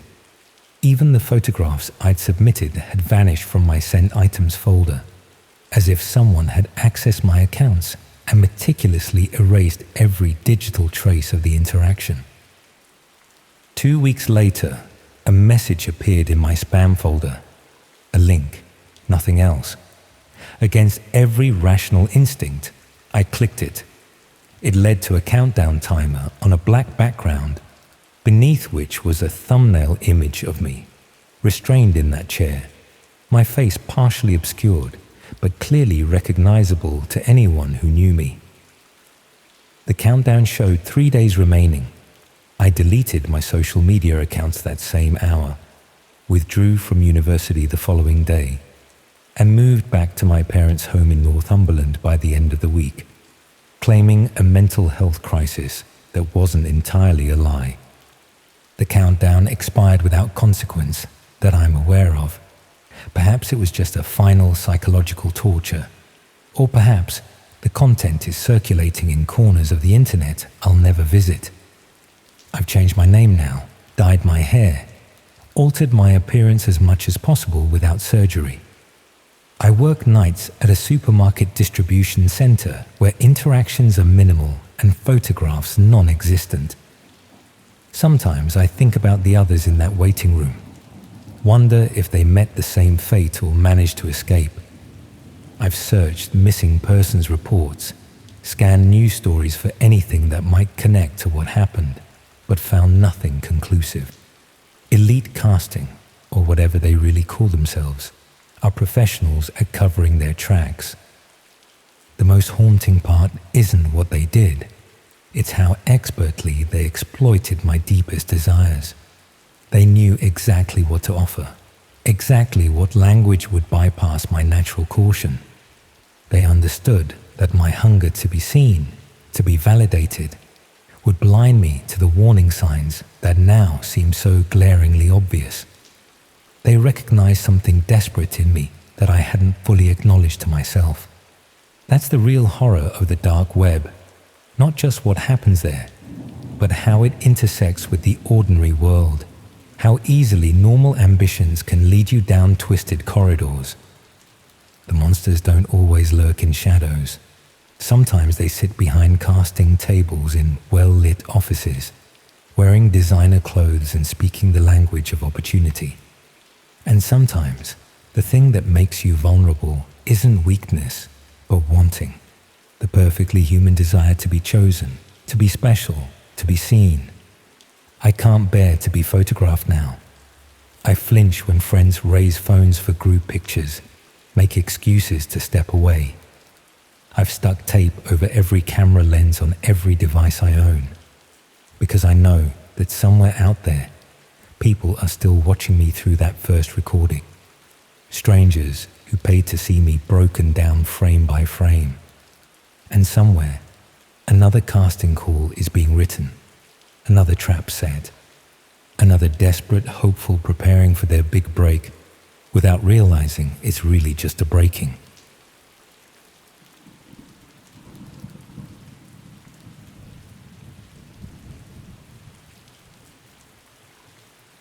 The worst decisions in life often start with the phrase, "How bad could it be?" 6 months ago, I found out exactly how bad it could be when I decided to pick up a package from a dark web marketplace. I still check my locks 3 times before bed, still flinch at unexpected knocks on the door, still scan crowds for faces I hope never to see. Writing this down feels dangerous, but keeping it bottled up is slowly driving me insane. I'm just an ordinary bloke from Manchester, working graphic design, live in a small flat with my cat. Nothing special about me. I've always been fascinated by technology though. Built my first computer at 12, taught myself coding at 15, that sort of thing. This fascination eventually led me to the dark web about 3 years ago. At first, it was just curiosity, wanting to see if it was really as mysterious as people made it out to be. For the first couple of years, I just browsed anonymously, looking at marketplaces selling counterfeit goods, banned books, that kind of thing. Never bought anything, never interacted with anyone. Just a digital tourist, watching from a safe distance. But curiosity is a dangerous thing, isn't it? It pulls you in deeper and deeper until you're in over your head. It started after a bad breakup last year. I was feeling pretty low, spending most nights alone with a bottle of whiskey, browsing parts of the internet I probably shouldn't have been. There was this forum I frequented where people discussed hard-to-find items, vintage electronics, discontinued products, rare collectibles, the kind of stuff you can't just get on Amazon. One night, I saw a post about a retro gaming console that had never been officially released, a prototype that supposedly had games on it that were never made public. As a massive gaming nerd, this immediately caught my interest. The poster claimed to have acquired it from a former game developer and was willing to sell it for cryptocurrency. The price was steep, but not outrageous, about £800 in Bitcoin. After a week of back and forth messages and too many late nights staring at my screen, I decided to go for it. I'd never made a purchase on the dark web before, but I convinced myself this wasn't like buying drugs or weapons. It was just a rare gaming item. The seller had good reviews from other forum members, and they agreed to a dead drop exchange rather than posting it, which felt safer somehow. For those who don't know, a dead drop is when the seller leaves the item in a predetermined location, and you pick it up after they've gone. No face-to-face meeting, no names exchanged, completely anonymous. The seller gave me coordinates to a location on the outskirts of Manchester, an abandoned industrial estate that had been scheduled for demolition for years but was still standing. I know how this sounds, red flags everywhere, but I convinced myself this was just how these transactions worked. The place would be deserted. I'd grab the package and be back home playing unreleased games from the 90s within an hour. The pickup was scheduled for 10 p.m. on a Friday in November. It was already dark by 4:30, and a light drizzle had been falling all day, making the streets gleam under the streetlights. I drove to a car park about half a mile from the location, figuring it would be safer to approach on foot. The rational part of my brain was finally raising some objections, suggesting that maybe meeting a stranger from the dark web at an abandoned factory wasn't the best idea I'd ever had. The industrial estate was exactly as depressing as you'd expect. Crumbling brick buildings with broken windows, graffiti-covered walls, and rusting chain-link fences with no trespassing signs hanging at odd angles. The only light came from a single street lamp at the entrance and the occasional passing headlights from the distant main road. Following the GPS on my phone, I made my way to the specific building the seller had described. It was an old warehouse with most of its roof missing, the inside a cavernous space filled with shadows. The dead drop location was supposedly just inside the main entrance. Behind the third column on the left, inside a blue plastic container. I switched on my phone's torch and stepped inside, the beam creating more shadows than it dispelled. The floor was littered with debris, broken glass, empty cans, chunks of fallen ceiling. Every step echoed in the empty space, and I could hear water dripping somewhere in the darkness beyond my light's reach. I found the third column, and sure enough, there was a blue plastic storage box behind it. It was smaller than I expected, about the size of a shoebox. I picked it up, surprised by how light it felt. This wasn't a gaming console, unless it was just components. That's when I noticed something odd. The box was warm, not hot, but definitely above ambient temperature, as if it had been sitting in a heated room rather than a freezing abandoned warehouse. I should have left right then, should have put the box down and walked away. But instead, I opened it.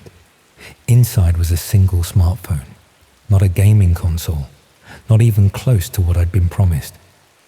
It was an older model, nothing special.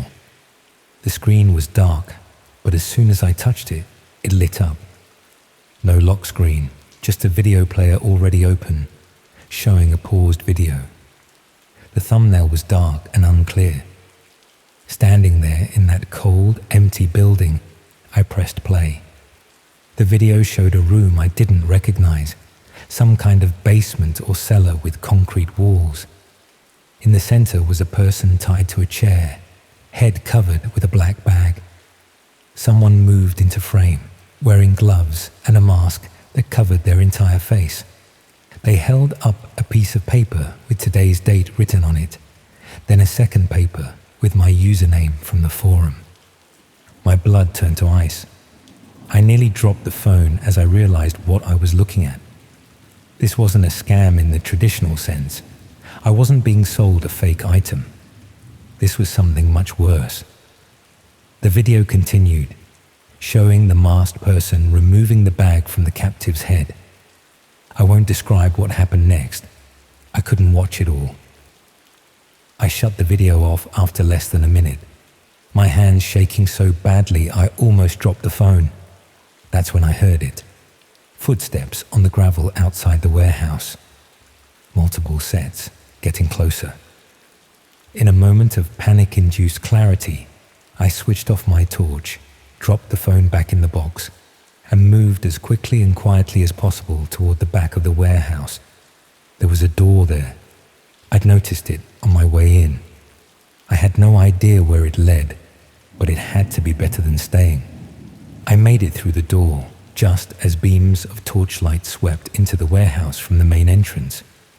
The back door led to a narrow alley between buildings. I ran, not caring about the noise now, just needing to put as much distance between myself and whoever had followed me there. I made it back to my car without seeing anyone, drove home with my heart trying to beat its way out of my chest, and spent the night with my furniture pushed against the door, convinced that whoever had set this up would be coming for me next. The next day, after no sleep and too much coffee, I tried to make sense of what had happened. Best case scenario, the video was fake, some sick prank to scare dark web tourists like me. Worst case, I couldn't even bring myself to consider the worst case, that I had somehow, unwittingly, paid for someone to be hurt, that my Bitcoin transaction had funded something unspeakable. I spent the next week in a state of paranoia, jumping at every sound, convinced I was being followed. I changed all my passwords, wiped my computer, threw away the hard drive. I even considered going to the police, but what would I say? That I'd tried to buy illegal merchandise on the dark web and may have accidentally funded a violent crime. That I'd handled a phone that potentially contained evidence of such a crime and then left it behind. After a month of constant anxiety, I moved to a different city. I told everyone it was for a new job, but really, I just couldn't stand being in Manchester anymore. Couldn't walk past that industrial estate on my way to work. Couldn't shake the feeling that I was being watched. It's been 6 months now. I haven't been back on the dark web, haven't even used Tor. I checked the local Manchester news obsessively for reports of bodies found in abandoned buildings, but nothing has ever come up that matches what I saw. Sometimes I managed to convince myself it was all an elaborate hoax, that the video was staged, the follow-up footsteps just a coincidence. But then I remember how real it looked, how the person's eyes widened in genuine fear when the bag was removed, how the phone was warm, as if it had recently been in someone's pocket, how specific the message was, with my username clearly displayed. I don't know if I was set up from the beginning or if I just got caught in something bigger and more terrible than I could have imagined. All I know is that the dark web isn't just some harmless playground for the technologically curious. It's a place where real people do real harm, and sometimes your curiosity can make you complicit in ways you never intended. I still have nightmares about that video. Still wonder who the person in the chair was, and if there was anything I could have done to help them. Still wonder if somewhere out there, someone has my name on a list because I saw something I wasn't supposed to see. So that's my story. A warning, I suppose, about the dangers of thinking you can dip your toes into the darker parts of the internet without consequences. Some things can't be unseen, and some curiosities come with costs far higher than you're willing to pay.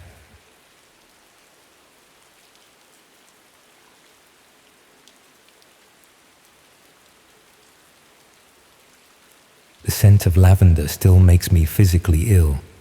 That supposedly calming fragrance, drifting through expensive diffusers in waiting rooms and yoga studios across London, immediately transports me back to that immaculate treatment room, where the line between wellness and torture blurred beyond recognition. Even now, 3 years later, I find myself holding my breath when passing certain shops, avoiding entire sections of department stores, my body remembering what my mind has tried desperately to forget. I had been pushing myself too hard for too long. That much was true. 32 years old and already burning out, working 14-hour days at a financial consultancy where success was measured in sacrificed weekends and ignored personal relationships. The migraines had started 6 months earlier, followed by insomnia so severe I'd begun hallucinating from sleep deprivation. When my colleague Rebecca mentioned Tranquil Depths Wellness Center, an exclusive spa that had apparently transformed her cousin from corporate wreckage to balanced human, I was desperate enough to ignore the exorbitant cost and strange application process that required everything from medical history to psychological profiles.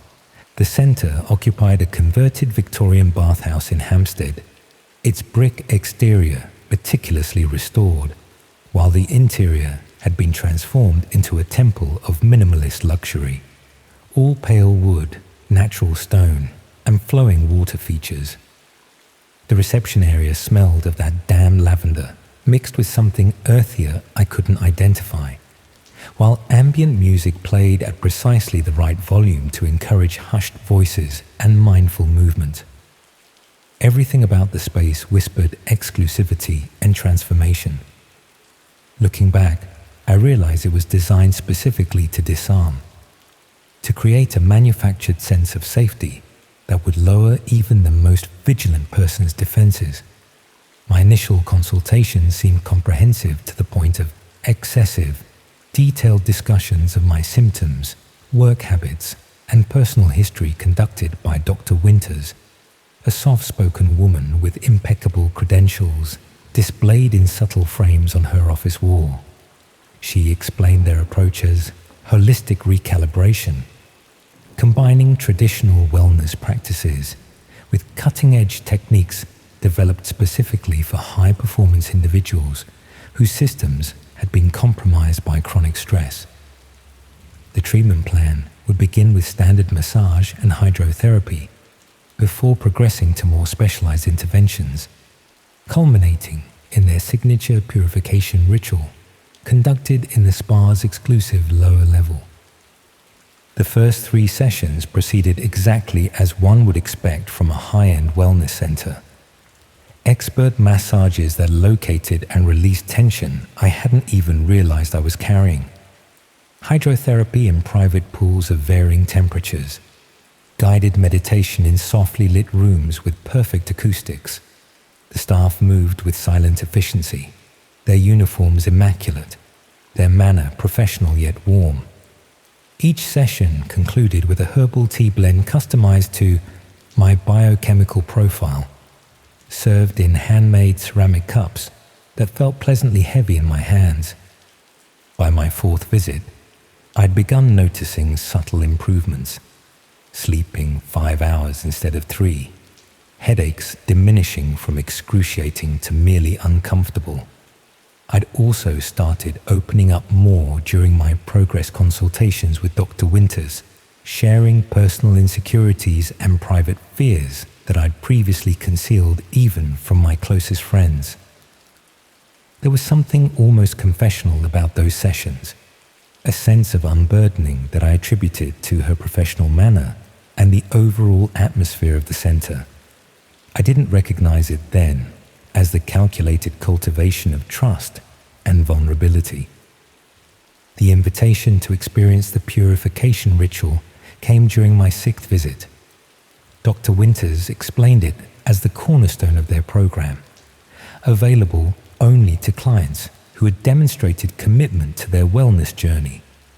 The procedure would take place in their specialized lower-level facilities, would last approximately 6 hours, and would require signing additional confidentiality agreements due to the proprietary nature of their techniques. Something about her description triggered a momentary hesitation. A flicker of instinctive wariness quickly rationalized away by my improved sleep patterns and reduced pain levels. Besides, I reasoned, what legitimate business doesn't protect its intellectual property? The day of the ritual began normally enough. I was led through the familiar reception area to a changing room, where I exchanged my clothes for one of their organic cotton robes. A staff member I hadn't seen before escorted me past the main treatment rooms to an elevator concealed behind what had appeared to be a decorative panel. We descended in silence, the subtle shift in air pressure suggesting we were traveling deeper than a standard basement level.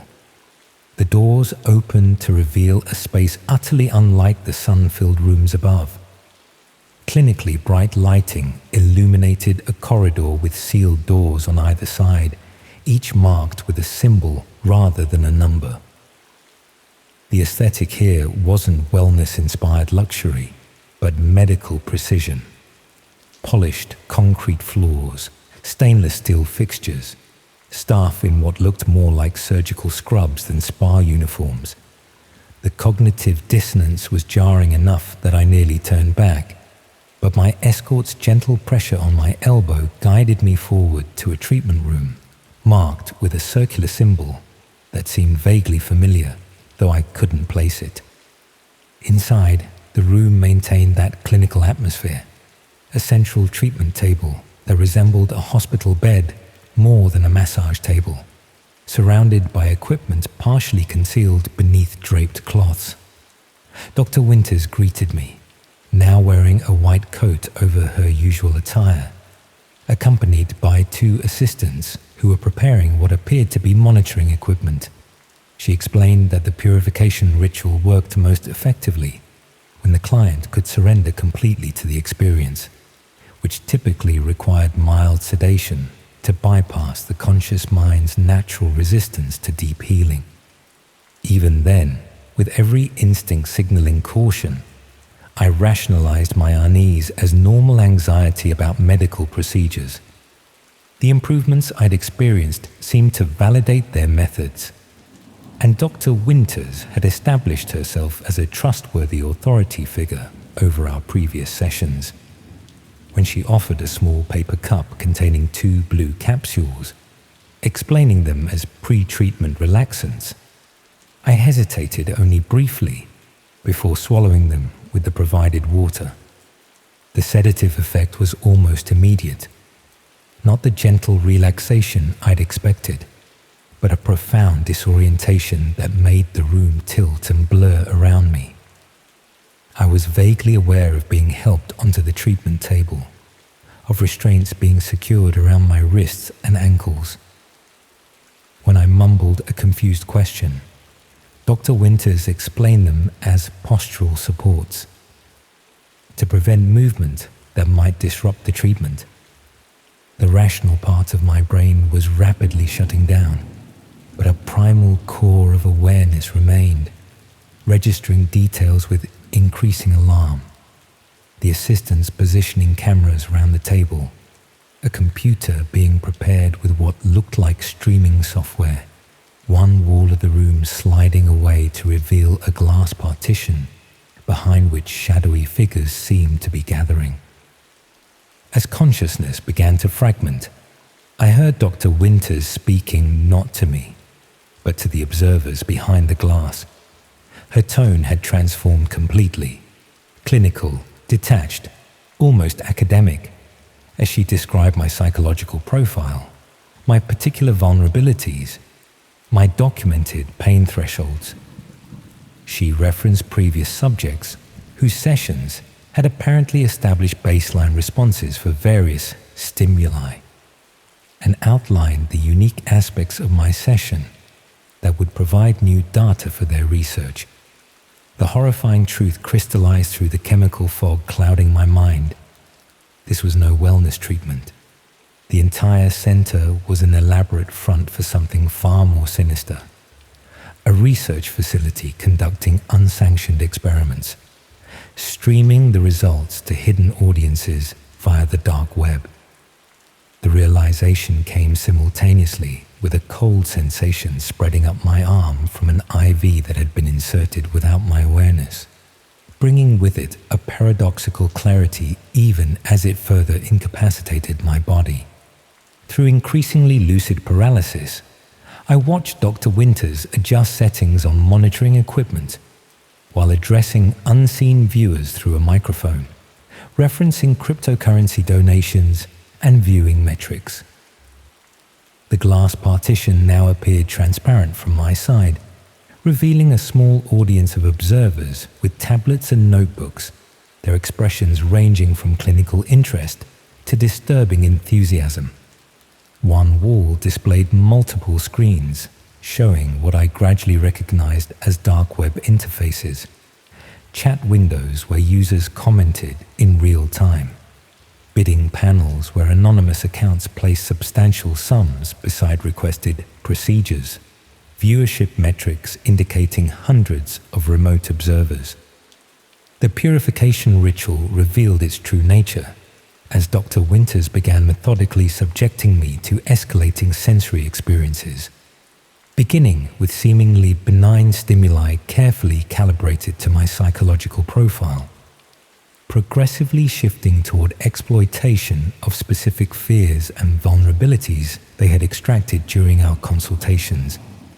The paralytic properties of whatever flowed through the IV prevented physical resistance, while ensuring complete awareness, creating the perfect research subject for their studies in controlled trauma response.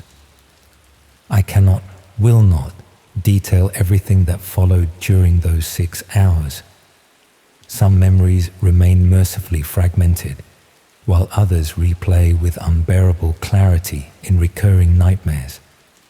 What I remember most vividly was the clinical detachment with which they documented every physiological response, the remote viewers bidding for specific interventions as if selecting menu items, the utter betrayal of having my most personal fears, shared in presumed confidence, weaponized as research parameters. My salvation came from the most mundane of circumstances: a water pipe bursting 2 floors above, sending maintenance staff scrambling throughout the building and temporarily disrupting the power supply. In the momentary confusion of backup generators activating, someone failed to maintain proper dosage of the paralytic agent. As sensation gradually returned to my extremities, I managed to work one hand free from restraints loosened during a procedure. The ensuing chaos exists in my memory as disjointed fragments, ripping out the IV, stumbling from the table, using a medical tray as a weapon against the unprepared assistant who tried to block my exit. The fire alarm I triggered created further confusion, staff evacuating upper floors while the lower level team scrambled to secure research assets and terminate the stream. Somehow, I found a service stairwell, emerging into the laundry area where I grabbed employee clothing before escaping through a delivery entrance. The investigation that followed revealed the full horror of Tranquil Depths. Behind its legitimate operation lay a sophisticated dark web broadcasting studio, where selected clients, chosen through their application profiles for psychological vulnerabilities, isolation from strong support networks, and physical characteristics appealing to their audience, became unwitting subjects in livestream research on human stress responses, pain thresholds, and psychological breaking points. Wealthy viewers paid thousands in cryptocurrency to observe or influence proceedings, all under the guise of academic research into trauma response and neuroplasticity. 17 other clients were identified as having undergone similar rituals, though I was among the few who retained clear memories of the experience. Most had been given additional compounds that induced retrograde amnesia, leaving them with only vague nightmares and unexplained psychological symptoms that they attributed to their pre-existing conditions. Several staff members were arrested, but Dr. Winters and the principal researchers disappeared before authorities secured the facility, likely tipped off by connections within regular clientele that included influential figures in government and finance. 3 years later, I still check under treatment tables at legitimate medical appointments. I refuse any medication that I haven't verified personally. I've declined multiple job promotions that would have placed my name and image in industry publications, terrified of being recognized by those who might have watched my session, or worse, those who conducted it. Because despite multiple arrests and international investigations, the core research team was never found. The dark website was simply relocated, rebranded, continuing its operations with new researchers and new unwitting participants. Sometimes I receive anonymous emails containing nothing but a lavender flower image and cryptocurrency wallet address. A reminder that somewhere the footage still exists, accessible to anyone with sufficient funds and the right dark web connections. A reminder that Dr. Winters and her team are still out there, perhaps running another wellness center under different names, identifying potential subjects through carefully designed intake forms, gradually building trust before extending an exclusive invitation to experience their signature treatment. Most disturbing of all is knowing how many exclusive wellness centers, innovative treatment programs, and pioneering therapeutic approaches continue to emerge across the country, each promising transformation to the stressed and vulnerable, each requiring extensive personal information before admission. Behind their soothing music and essential oil diffusers, I can't help but wonder how many hide similar operations, portals to the dark web where healing is promised while harm is delivered, carefully packaged as wellness for audiences who pay to watch other humans be purified through pain.